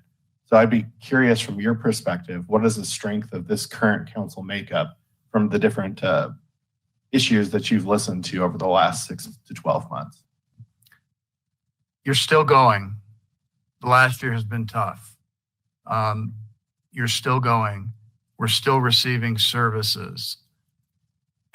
We don't always know that we're receiving them at times, but we are still receiving them. I think that's a testament to the organization. Anybody who's still going after the last year deserves a pat on the back. There have been many times that I've just gone home and closed the door, turned out the lights, and thrown a blanket over my head and hid from the world for a night. So I think that's probably the best thing. You've certainly had some mighty disagreements, but you're still going. The residents still have water. Yes, we're going to grouse about the rates, but we still have water. We still have sewer. Our roads are still passable. They need some work, but they are still passable. We are getting our city services. We had our snow plowed. I'm hopeful to start seeing people come back into our government facilities here soon. It's not an easy thing to restart an organization. Very easy to close. I'm dealing with some of that right now. So I think you all deserve commendation for that. Any other members of council? Are there any follow-up questions? The floor is yours. Thank you. In closing, I would just like to say thank you very much for affording me the opportunity to make an application, to give my voice, to allow my testimony tonight. The decision ultimately is yours, and you've been entrusted to the voters to make that decision. But I'm hopeful that at the end of the day, the 6 of you can come together and find a way to make this work. However it goes. I'm a 51-year resident. I don't plan on going anywhere anytime soon. And if given the opportunity, I look forward to providing my time, talent, and treasure to the service of the citizens of Westminster. At the end of the day, that's what any elected official is there for, to serve the people that they were elected or appointed to serve, not for any other purpose. Thank you. Thank you. So thank you to all of our applicants. This concludes the interview portion of tonight's meeting. I know we have on the agenda conversations around next step. I would ask City Clerk Michelle Parker to please lead us in that conversation. Thank you, Madam Mayor. That time was set on your agenda to allot any closing thoughts or discussion that council wishes to have with one another, whether it be regarding the interviews that you've just held, or if there is any desire for a next step in the application process. As you all know, the recommendation from staff and the direction from council was to hold a special meeting next Monday in order to consider the applicants that you've interviewed this evening for appointment at a public discussion and vote. So at this time, council, or rather staff, isn't seeking any additional direction specifically from council, but this is simply time that was set aside for your benefit should you choose to use it or have any discussion at this time. Thank you so much, Ms. Parker. I'm going to do a quick poll of my colleagues to see if we would like to defer the conversation and deliberation till next Monday's scheduled special meeting on this topic, or if we have any thoughts or anchor points for tonight. I am going to start on my left with Councillor John Volz. So can you reiterate the question? What are we? As Clerk Parker just described, we do have time scheduled at the next City Council meeting to publicly go have our deliberations over the applicants and the interviewees that we had tonight. I wanted to see if anyone had any thoughts or comments they wanted to share with the group as we leave tonight for us to consider, or if we want to defer that conversation until next Monday. Is that a good sum up? Exactly. Yes. Thank you. So from my perspective, I'm willing to wait until Monday at the special meeting. I think I will just say, though, we've had some excellent applicants, and I think it reflects well on our city. We have such good applicants applying for a position on this council. Thank you. Thank you. Councillor Seymour. Yeah, Monday, I look forward to that discussion. I too want to reiterate it was a great pool of candidates. I also want to thank staff for their flexibility and just really putting this together on the fly. And so this part of the process has been seamless, and the fact that our candidates were able to jump in and clear space for this in quick notice. Next, I'll go to Mayor Pro Tem Dumont. Thank you, Madam Mayor. Just a couple quick things. First, thank my colleagues for sitting through all these with me. I would say we also, same thing, we had a great amount of candidates that did a great job tonight. And so I know that's no small task on either side of this. I think the only person up here who hasn't been on that side potentially is Councillor Scully. The rest of us went through the interview process. So thank you to all the people who put in their applications and who either didn't make it through to tonight or did, because I know that's it's a fun process, but it's also a lot of work and it's a little nerve-wracking. So thank you for being here tonight. But I think that I'd like to deliberate until Monday and be able to really think about the interviews we had tonight and then come back as a group. Thank you for those thoughts. I will then go to Councillor Lindsay Smith. Thank you. And thank you to all the candidates who came and spoke before us tonight. Great interviews, great conversations, back and forth from council to candidates. Really shows the leadership that we have in our community. I go so far, it seems like I'm the only one. I go so far as to say that I would like to have a discussion tonight so that it's top of mind. But I'm willing to wait until Monday to further that discussion. Thank you. I thank you to my colleagues and to the staff that's here tonight. I was blown away with these candidates. I am just You know, we just live in such a great city, and we have truly great residents that live here, and they care and love our city, and it is evident to me. So I thank our candidates. I am happy waiting until Monday night for the further discussion. I'd like some time to kind of process through what I heard tonight and maybe review my notes a little bit and think about things. Thank you. Thank you so much for sharing your thoughts, colleagues. I would say I too was incredibly impressed with our applicants tonight.